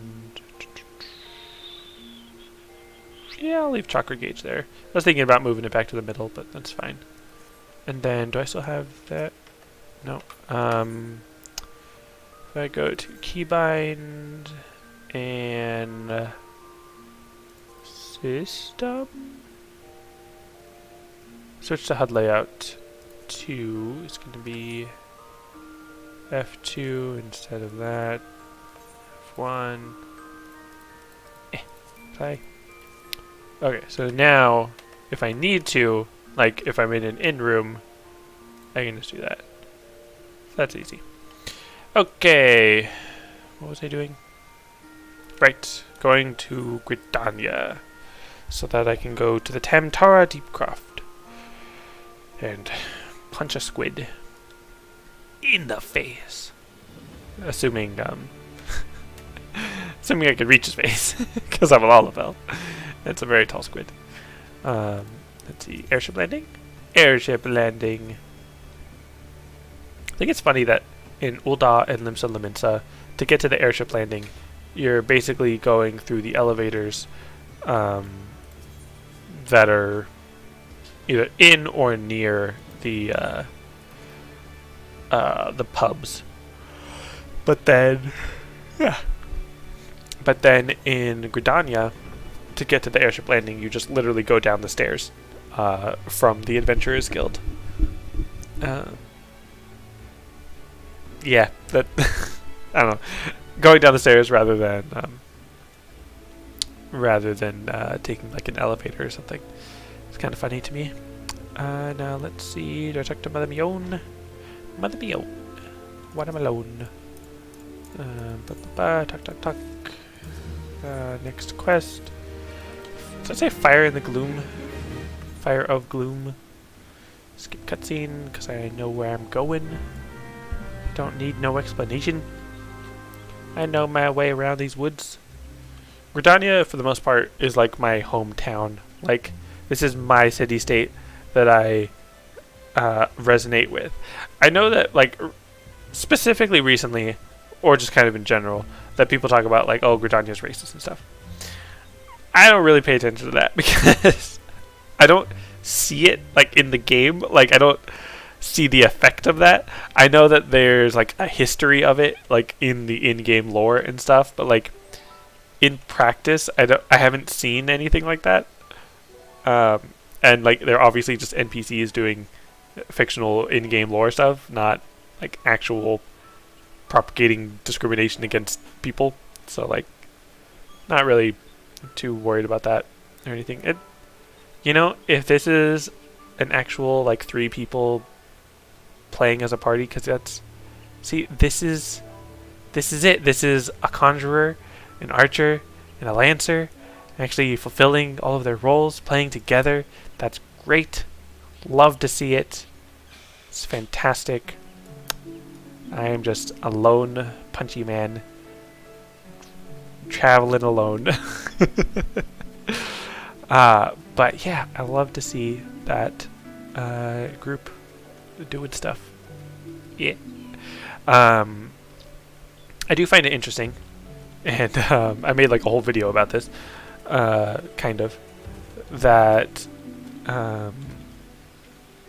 there's no one starting city that gives you access to tank, healer, and DPS, technically.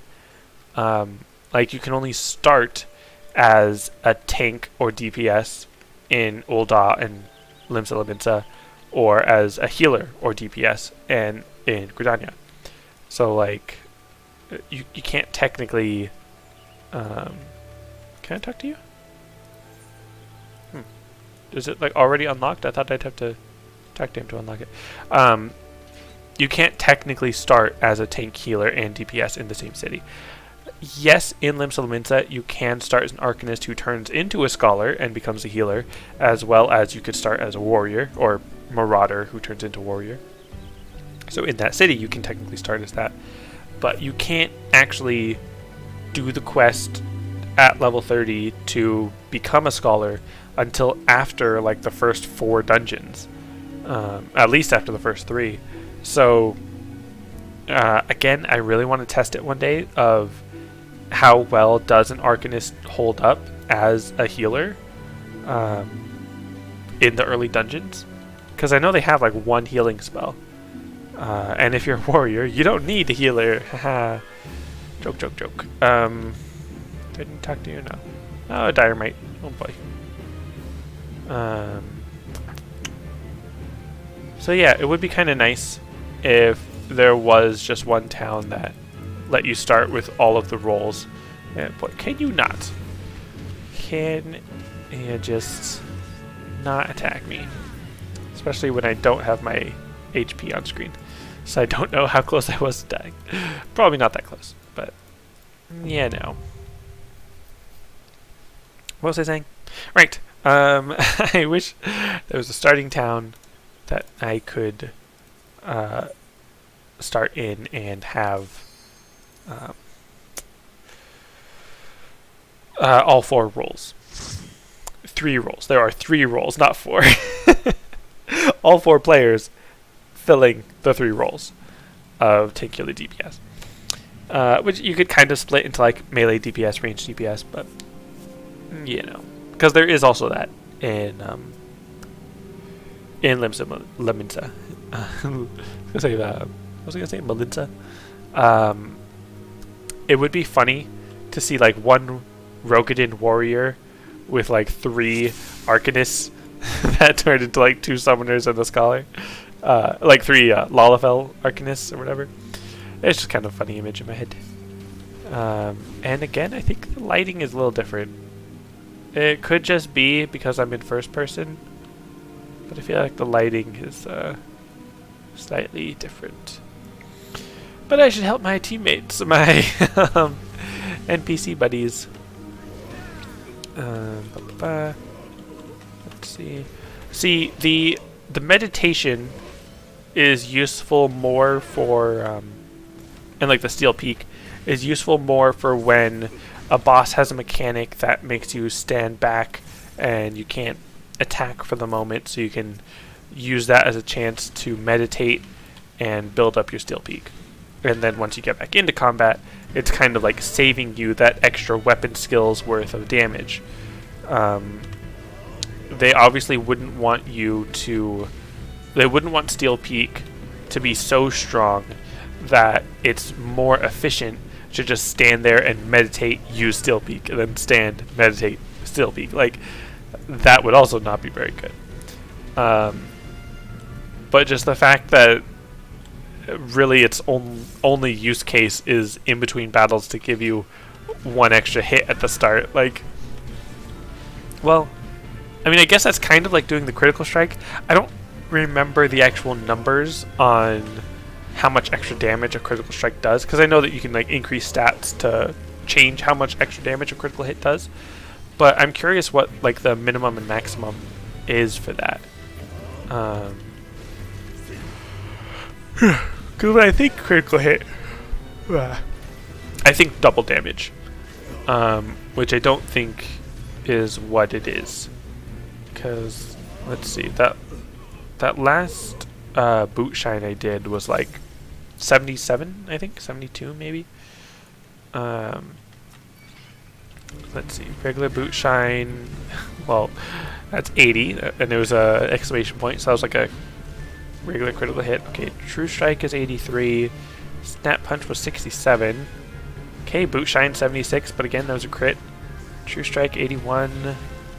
Snap punch 68. Is that because I'm not doing it from the side? Boot shine 78, of course. Snap punch 90. There you go. Wow, that's actually really interesting that I'm actually paying attention to the difference between the flank or not the flank. So let's see. True strike 85. From the flank does 88. Okay, regular boot shine. True strike. And snap punch 70. So that was like 18 points of damage as a difference. Now I'm putting on twin snakes. 74. Interesting. Alright, and I know that it's not the same number every time exactly, so it's not super accurate. 93, snap punch. Again, like actually paying attention to the damage difference between with and without twin snakes or disciplined fist, and then with or without directionals or positionals, I mean. It's really interesting. As I make my way through what is, in my opinion, one of the worst dungeons. Now, of course, some people, after hearing my little discussion about Copperbell Mines, would be like, how could this possibly be worse than Copperbell Mines? In that one, you just stand around and do nothing all the time. How could this be worse? You're actually doing things. The reason why I feel like this dungeon is worse is because it is the same thing 3 times. Like, specifically these little boss fights.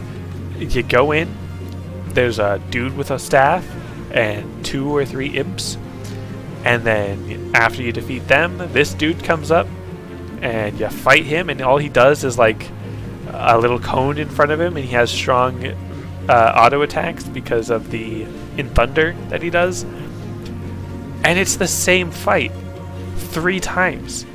Like on the second fight, they give you like 1 extra imp to fight, which is not that much difference. Like 1, it doesn't do that much more damage, and 2, it doesn't add any more mechanics. It doesn't add any more complexity to it. But just by adding 1 extra imp, which again, I mean, speaking of mechanics and complexity, I think the imps use ice spikes. I know out in the overworld they use it, but I'm not. I don't remember if they use it here. And that deals damage to you if you're using melee attacks on them. Obviously, I am a melee attacker, so that means I would probably want to try to not attack them because of all that. But it doesn't make such a huge difference that I need to like actually not attack them. I just need to be a little bit more mindful of my HP, which I obviously can't do right now. So it literally makes no difference. What was I saying? And then, so just adding 1 more doesn't really make a big difference. Yeah, God. In the third fight, what is it? There's 2 of the staff dudes and like 4 imps, which again makes it. Or is there 2 staff dudes? There might just still be 1 and then 4 imps. But yeah, that really only means you take a little bit more damage and it takes a little bit longer to beat it. But in all 3 fights, after you defeat those enemies, then that same demon thing, I think its name starts with a V, I don't remember. I want to say like Vidofnir, but that's definitely not right.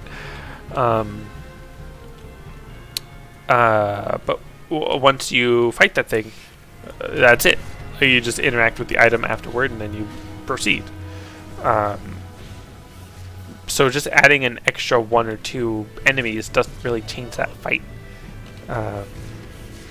It does literally change the fight because it is technically different, but it doesn't change how you approach that fight. It doesn't change your mindset, the gameplay, anything like that.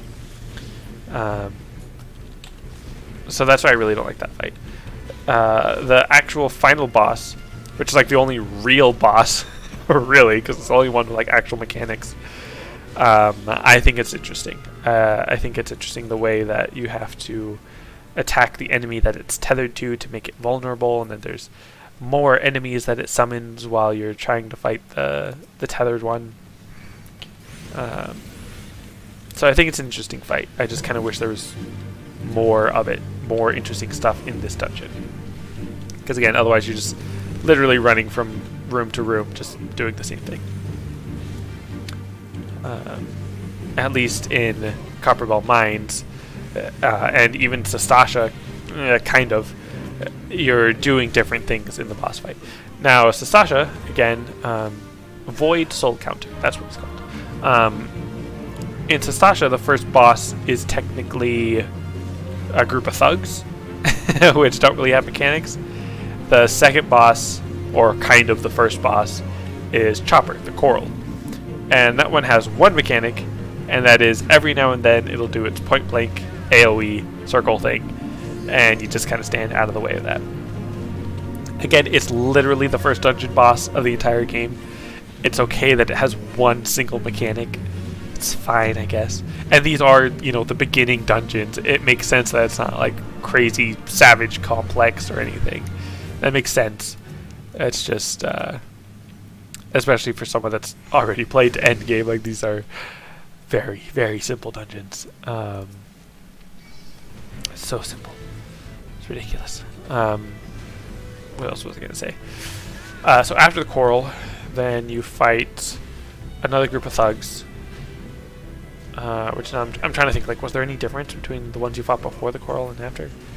I don't remember. I know I just did that dungeon, but I don't remember which fight it was that introduced Captain Morrison.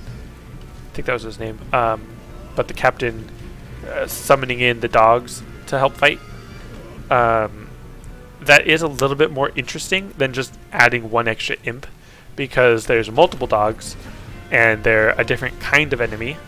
I think they have their little AoE attack in front of them, so that adds a little bit more depth to the gameplay. And it's an evolution of the fight, kind of, because it's more enemies, I guess. But yeah, and then the final boss. Yeah, the final boss. Even though I totally destroyed him before he was able to actually use the mechanic of summoning in allies, at least that is an interesting mechanic of adding more people to fight.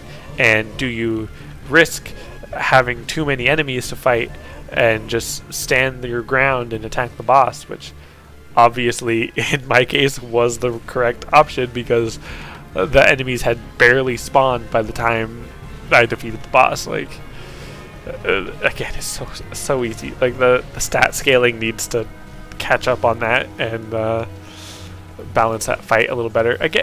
Again, I say that, but it's the first dungeon. If you're new to MMOs in general, if your whole group is new to MMOs in general, and they don't know what they're doing, and like they're just spamming the third move in their rotation, and they don't realize it's doing less damage than if they spammed the first one, like, potentially, if you're really not understanding how the game works, I'm sure that boss can be difficult. So yeah, and again, first boss, it's fine if it's not difficult. I feel like I had a train of thought that was going somewhere with this. Copperbell Mines, as much as we can complain about her standing around doing nothing, the boss fights are different. They are varied. There's a unique sense of gameplay, which at the very least on paper is interesting. it doesn't feel like, even if you're just standing around doing nothing, it doesn't feel like you're doing the same thing. At least in my opinion.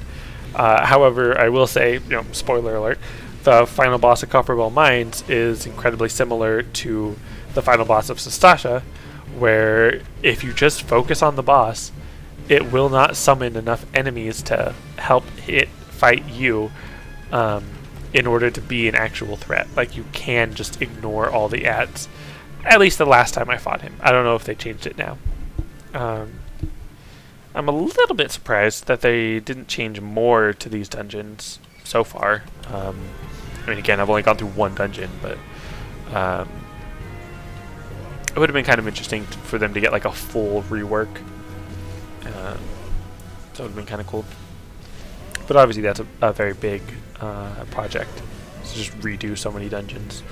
And then, of course, there's the discussion of like, oh, well, I suffered through it. Shouldn't everyone else have to suffer through it? And like that, I understand and empathize with that argument pretty well.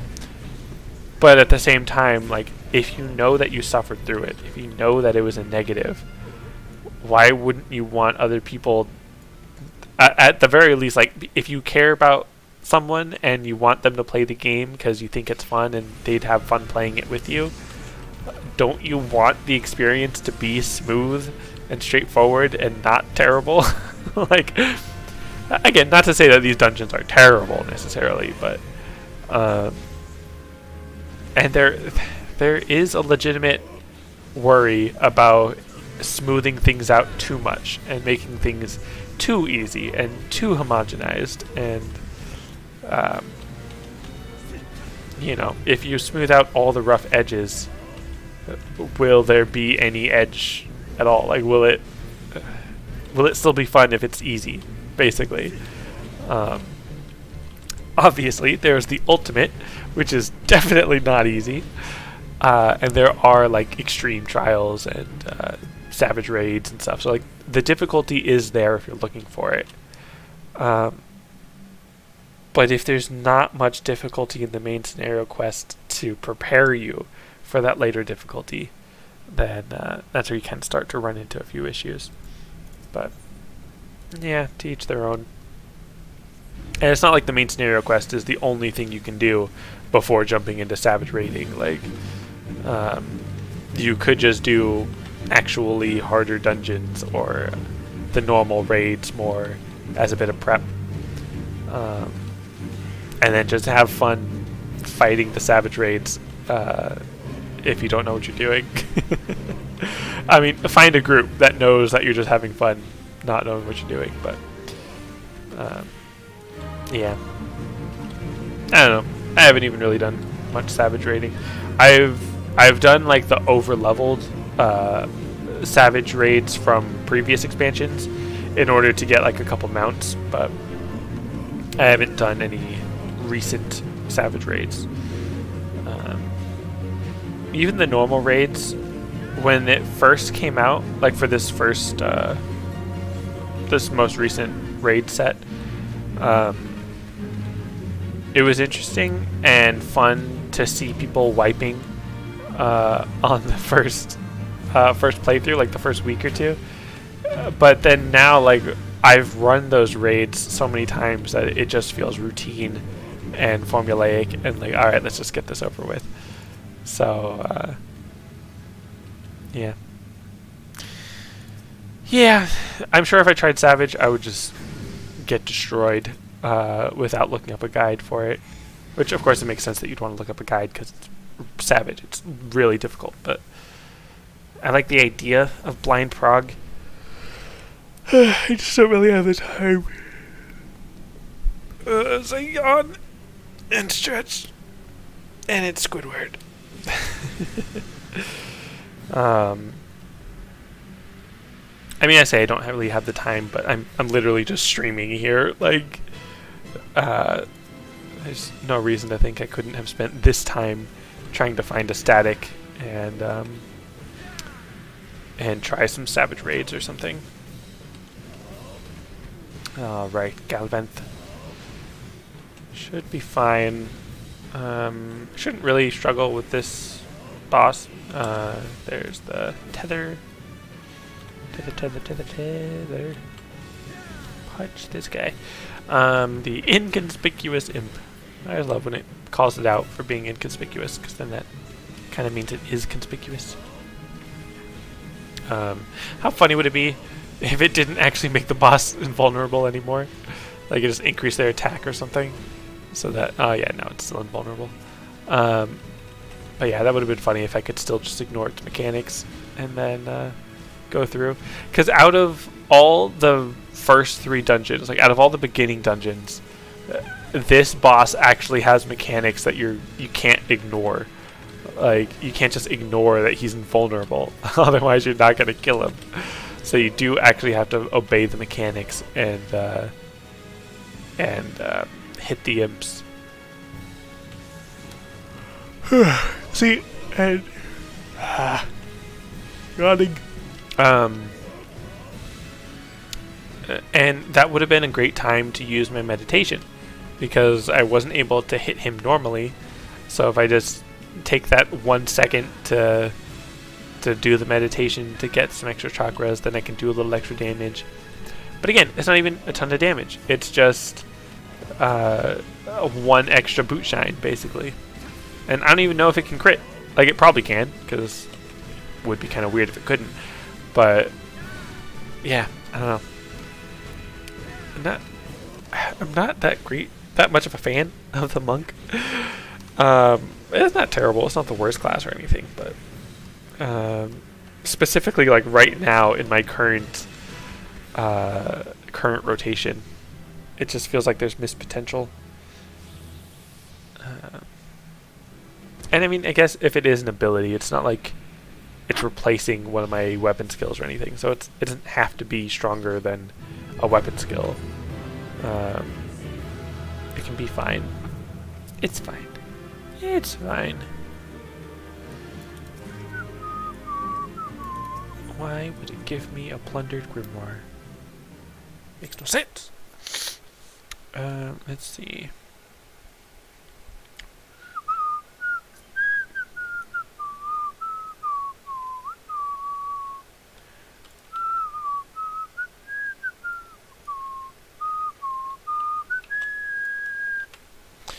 Alright, sprinting back to Gridania. Gonna talk to Mother Mion. And then fly back to Ul'dah. And then talk to Momody. And then I was gonna say Careless Whisper. I don't think that's his name, but it might be his name, something like that. And then I'll go to Copperbell Mines, fight that dungeon. It'll take like another 30 minutes. And then I'll have to then I'll head back to the quicksand. Then I'll probably just call it there, because I have been yawning quite a bit. So let's talk to you. Hire Chocobo Porter, back to Gridania. I don't feel like walking. Just ride the Chocobo.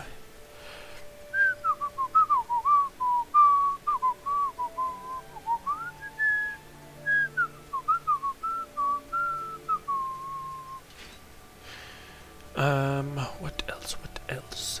So, after I've done these dungeons, and spoiler alert, I'm going to start talking about the MSQ in vague terms. I'm going to start talking about where I need to go and stuff. After I do these dungeons, then I talk to Momody at the quicksand. Then there's a single-player solo duty. I've got to beat up some thugs because I don't believe that this woman bought some steak. And I have to have an echo flashback and be like, no, she bought the steak. It's fine. You can believe her.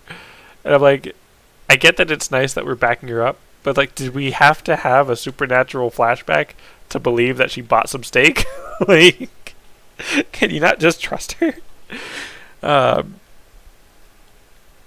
it is like a good point to be like, oh hey, we have this echo flashback lore thing, and there's also like, oh, stuff's bad in Ul'dah and there's corruption and stuff, and whatever will we do about all these refugees?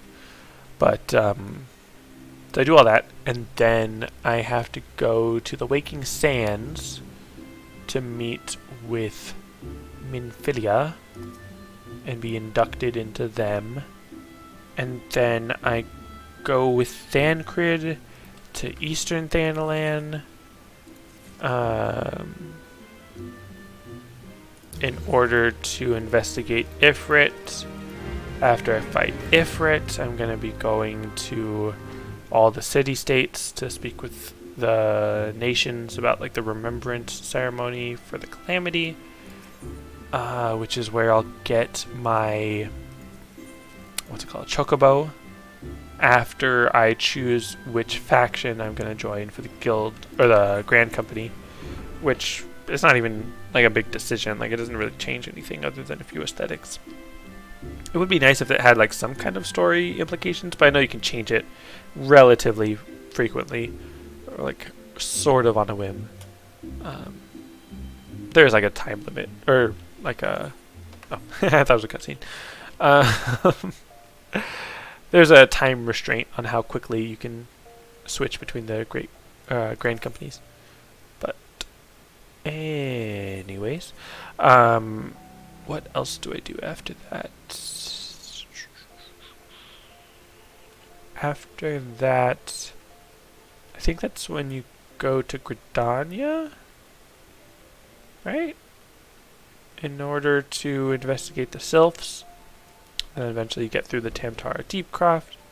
And again, I'm just totally spoiling like the Realm Reborn beginning quest lines. I am technically skipping quests, but I'm hitting all the key points. I'm just trying to keep in mind like where I need to go for all of these things and make sure I don't get lost quite so often. We ought to be arriving any minute now. What's your name? Painted Mesa. That is not Careless Whisper. There is someone named Careless Whisper, though. But after I talk to him, now I'm going to Horizon, and then I shall duel a dungeon. Really wish I had a Chocobo already. But that's fine. It's fine. It's fine. Just head on over to Horizon. And then, yeah. So, how are you? How's your weekend going? Are you watching this on the weekend? Are you watching it live? Are you going back and watching the VOD? What day is it? What day is it where you are? Or when you are? Because where you are, well, actually, I was going to say it doesn't change what day, but it does actually change what day it is where you are, depending on where and when. Like, right now, it's 4 p.m., so in Japan, it's not 4 p.m. It's the next day and a few hours behind, I think. I don't remember exactly the exact conversion rate. Technically, in Europe, I think it should be tomorrow by now. But anyways, let's see. I'm actually kind of debating whether I want to actually go through this dungeon or just like call it here. Just because I am feeling a bit tired. In terms of like tired of talking and all that. Are you Careless Whisper? No, you're Torrid Whisper. You're a Drunken Stag. I swear, there's got to be a Rogadin called Careless Whisper. I just don't remember where they're at. I think I will do this dungeon. Alright. More people to talk to that I don't want to talk to. Who are you? Stone Torch. For some reason I was thinking that was like an actual item. Like the stone torches or something. Okay. And then copper mine with NPCs. Still can't swap them out.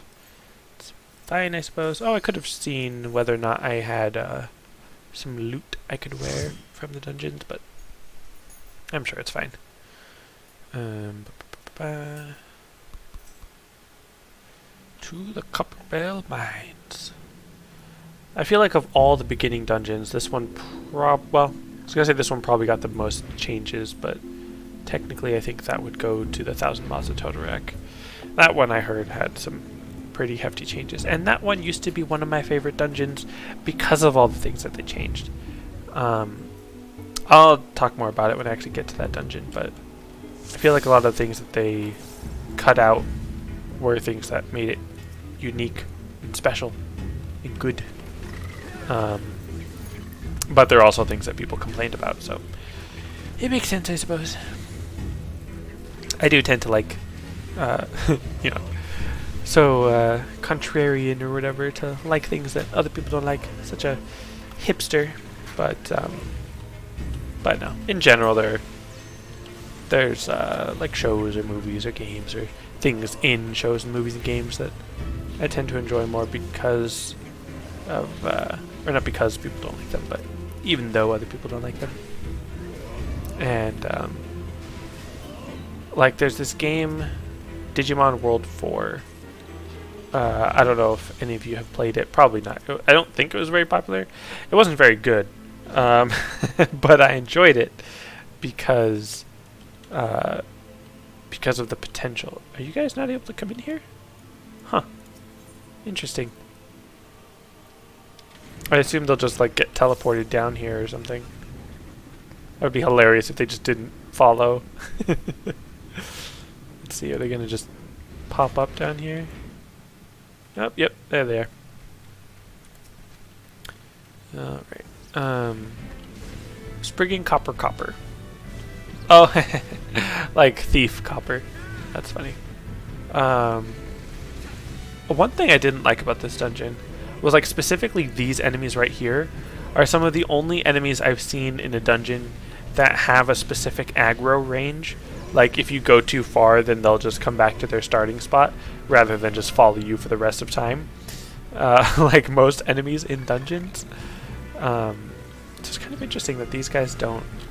I don't know if there was like a specific reason why they wanted it to be that way, or if it was like to prevent people from aggroing them and then going back up the elevator or something. Which I've never even tried. Can you go back up the elevator? It makes sense that if like you started it before everyone was on the platform, that they would want to make sure you have a chance to go back up and get them back, basically.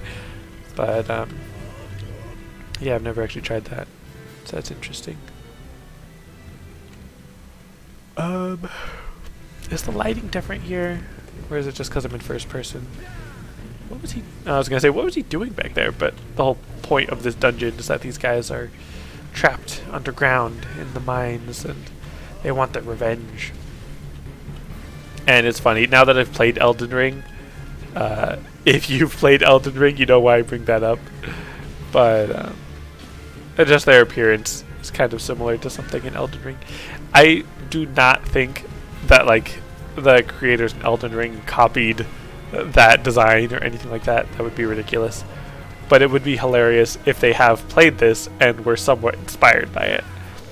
I think that'd be funny. It would also be kind of interesting. Oh man, that'd be so great. Like if I say that right as I look over there. It'd be great if there was a way to like parkour, do some platforming, and like make your way over there, and be able to like skip some fights. That would be an interesting mechanic.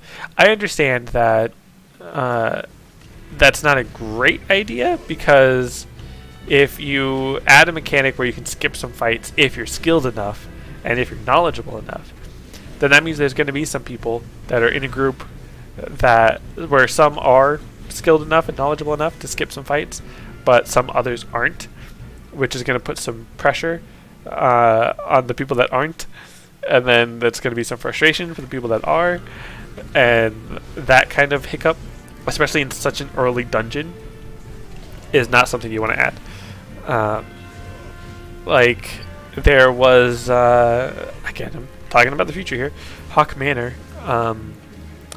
I know that there's a part where it was very highly encouraged that you use the move Return in that dungeon after the second boss or so, in order to get back to the beginning and then make your way through. And again, I could talk about how great Hawk Manor is, but I've heard that now they actually just added like a in-game teleport feature that'll send you back to the beginning. so that you don't have to use return. Because what if you had just used return like 2 minutes before you queued up for the dungeon, and then now you don't have it, and you know, you just have to walk all the way back or wait for return to come back. So that obviously is not ideal. And then it, like I said, it creates this gap between the people that know, okay, beat the boss, return, all right, and then people that don't know, and they're just, wait, where did everyone go? What do I do? Oh no, why are they typing in chat? I don't read that language. What's happening? Like, that definitely opens up the door for a lot of confusion and delay. So it is a good thing that they added the actual teleporter to send you back. Theoretically, ideally, it would be nice if the level design just didn't require you to use return and you just kind of progressed from there, but that's a very specific dungeon. And, oh yeah, I just realized I'm not picking up the fire sand. Was I supposed to have already done that previously? Because they dropped a key. But no, yeah, you're supposed to drop the key before. I'm actually just going to go ahead. Let them fight that guy. Or those two guys.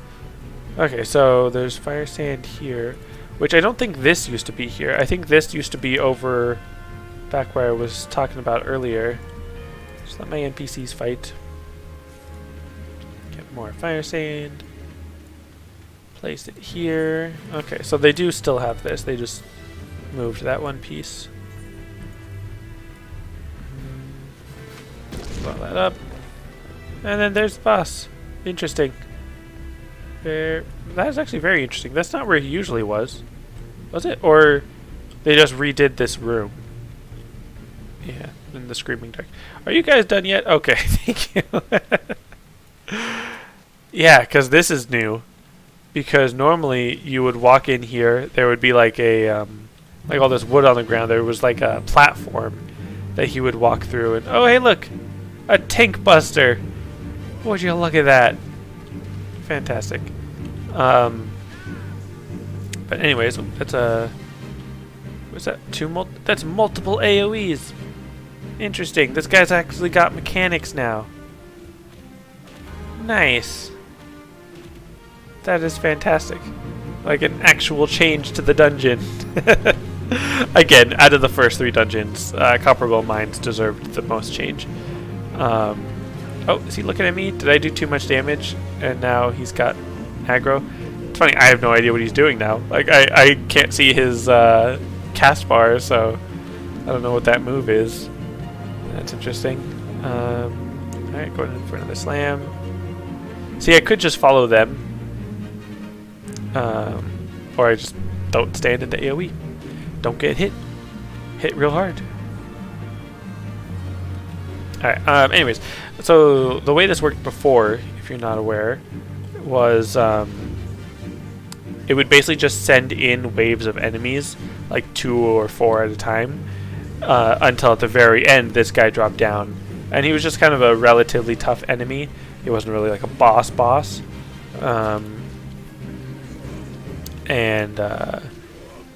So he was, a bit of a joke, a bit of an easy fight. But it just took a long time because the enemies would come in very slowly, so it's a lot of standing around and waiting, which is, of course, not very fun. So they had to change it. But yeah, now it's actually a real fight with mechanics and a tank buster and AoEs you need to move out of the way from. It's fantastic. And again, he's targeting me.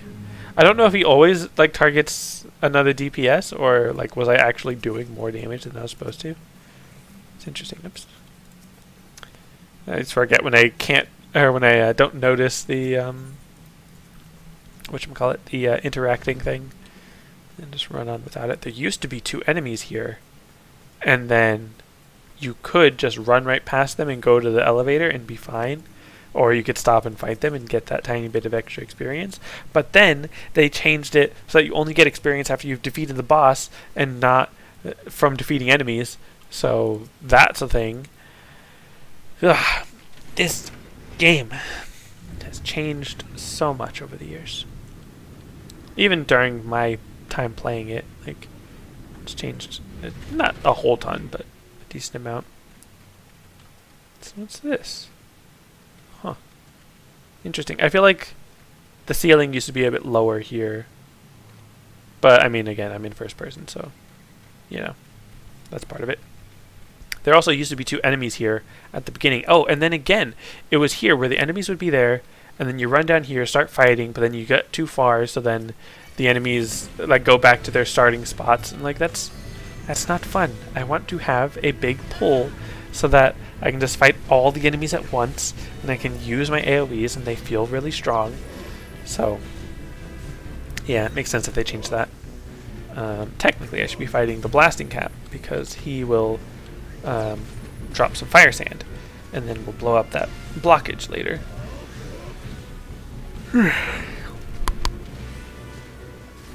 Yeah.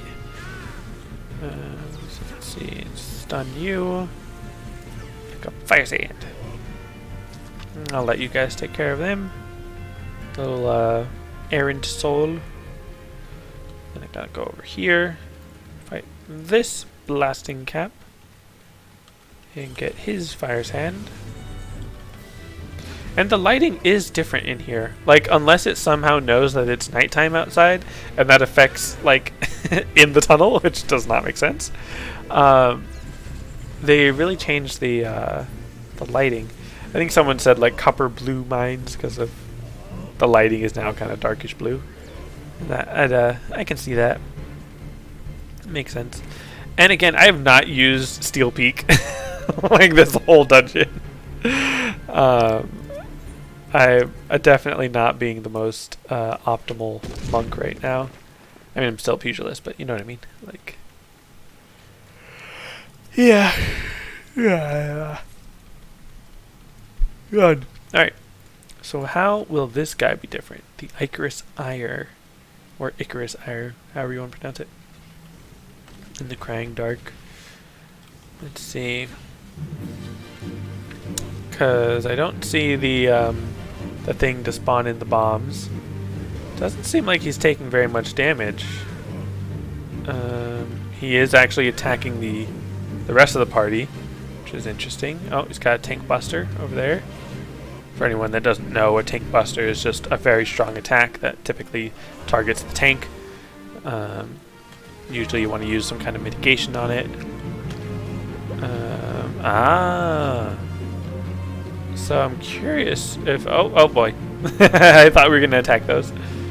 And then those just explode. Interesting. Like how I'm learning a fight in first person with no HUD. Alright. And then there's just a little AoE that you gotta get out of.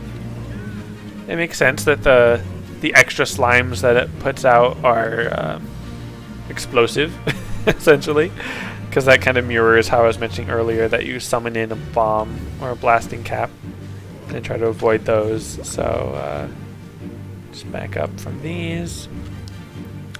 Alright, I see you.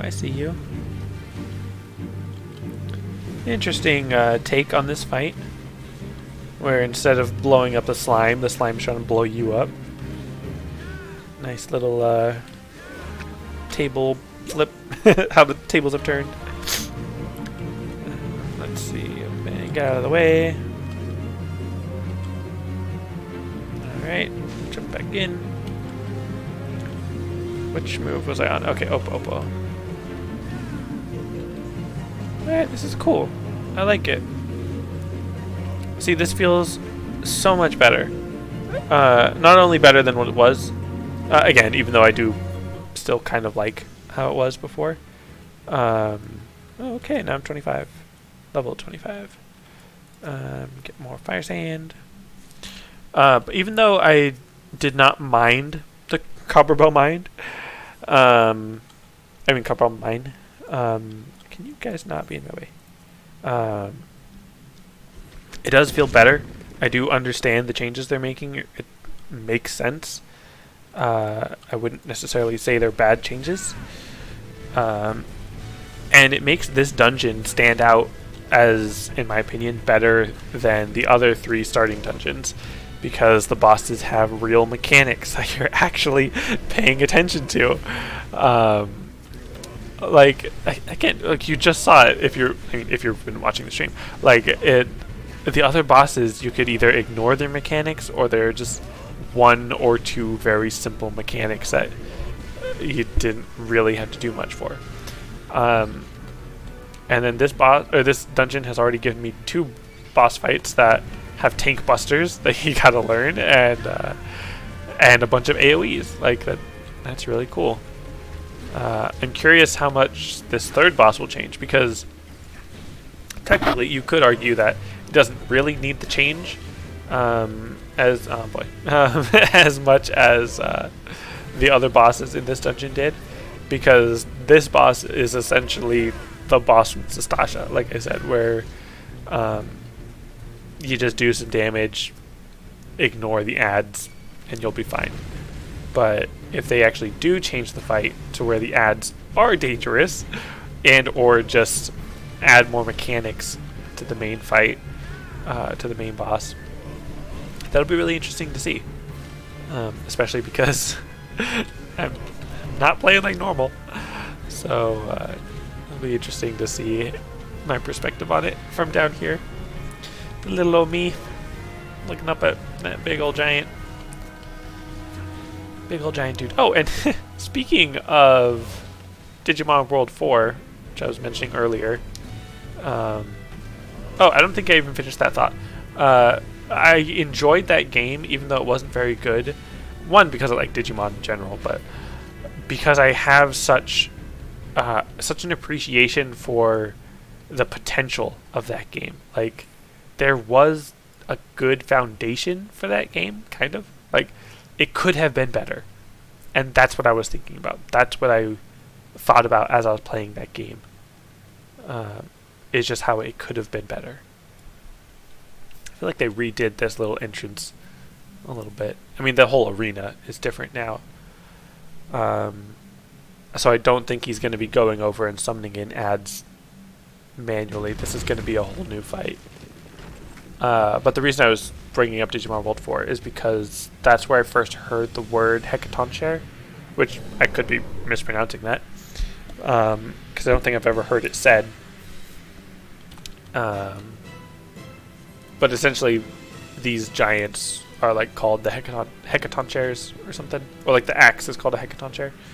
And in Digimon World 4, there was an axe called Hecatoncheir. Which every time I say that, I'm like, is that actually how you say it? I'm not sure if I've ever actually said it out loud before today. I kind of feel like I need to turn off the setting that makes you automatically turn towards the target you're attacking when you use a melee skill or something. Oh boy. Yeah. Alright, that works. Just because, especially when I'm like running around and like trying to get a view of the arena, I don't want to be constantly snapped back to the boss sometimes. So it'd be nice if I could turn that off. I mean, I can, but if I did, that would be nice.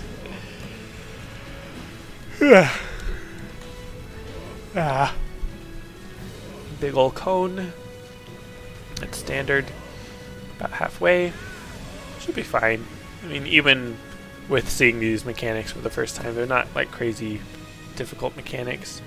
And especially here, yeah, I'm safe. Just one big slam. And multiple explosions. Yeah. Alright. Punchy punch. Disciplined fist. And then... Oh, before. Did I just walk right into that AoE? I'm not sure.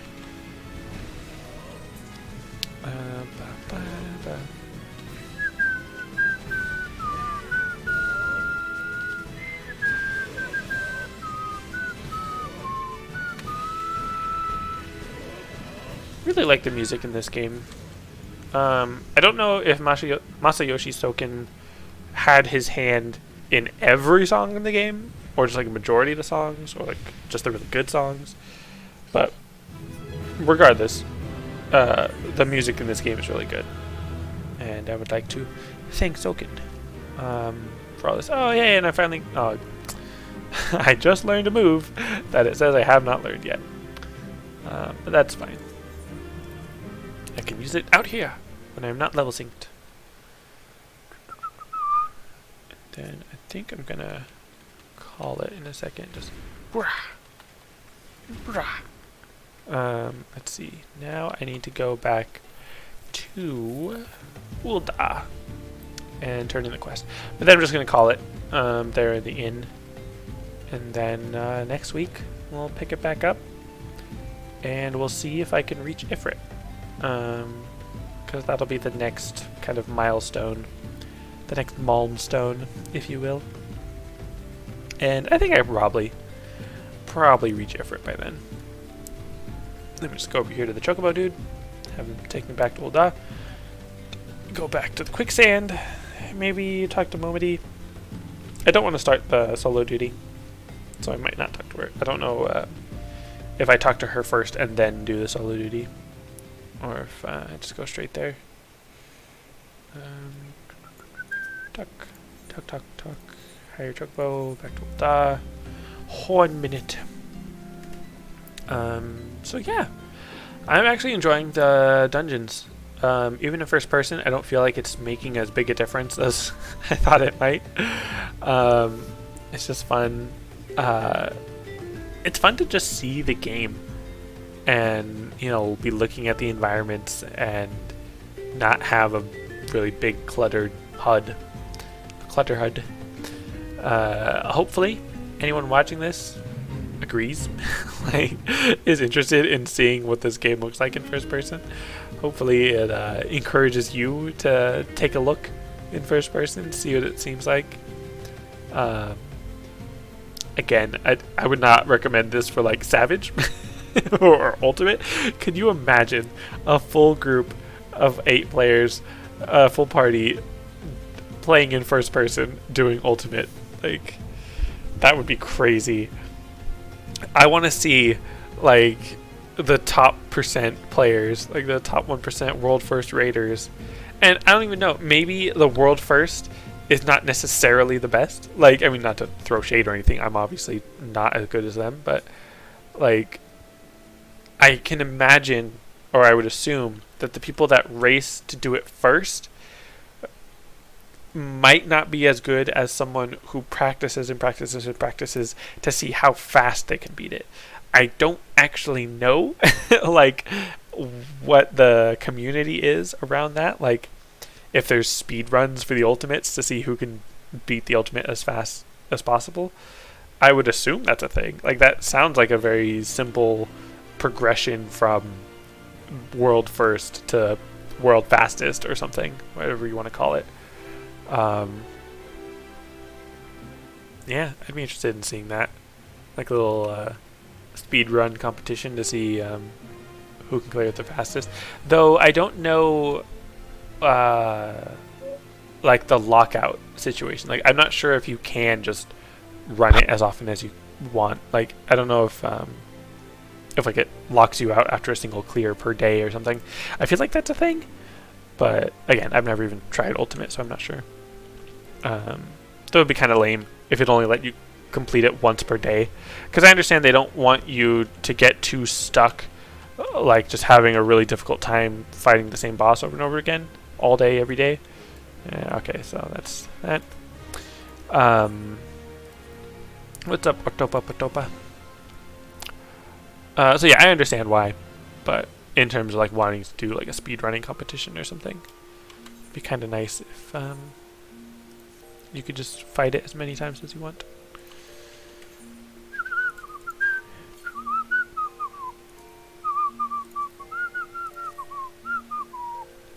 All right, so that is going to be it for this episode. Thank you very much for watching. I will be back next week. I mean, I will probably be back next week. I don't know if like any plans will mess with that or anything. As I get further into the game, as I'm like in the more, especially in like the post MSQ patches or something, I'll probably just start trying to play like an hour or so, like in the week, or like Monday through Friday. I'll try to throw in an hour of streaming to play it or something. But just as I get to like a better swing of things or something. But anyways, that's gonna be it for this episode. Thanks for watching, and I'll see you next time.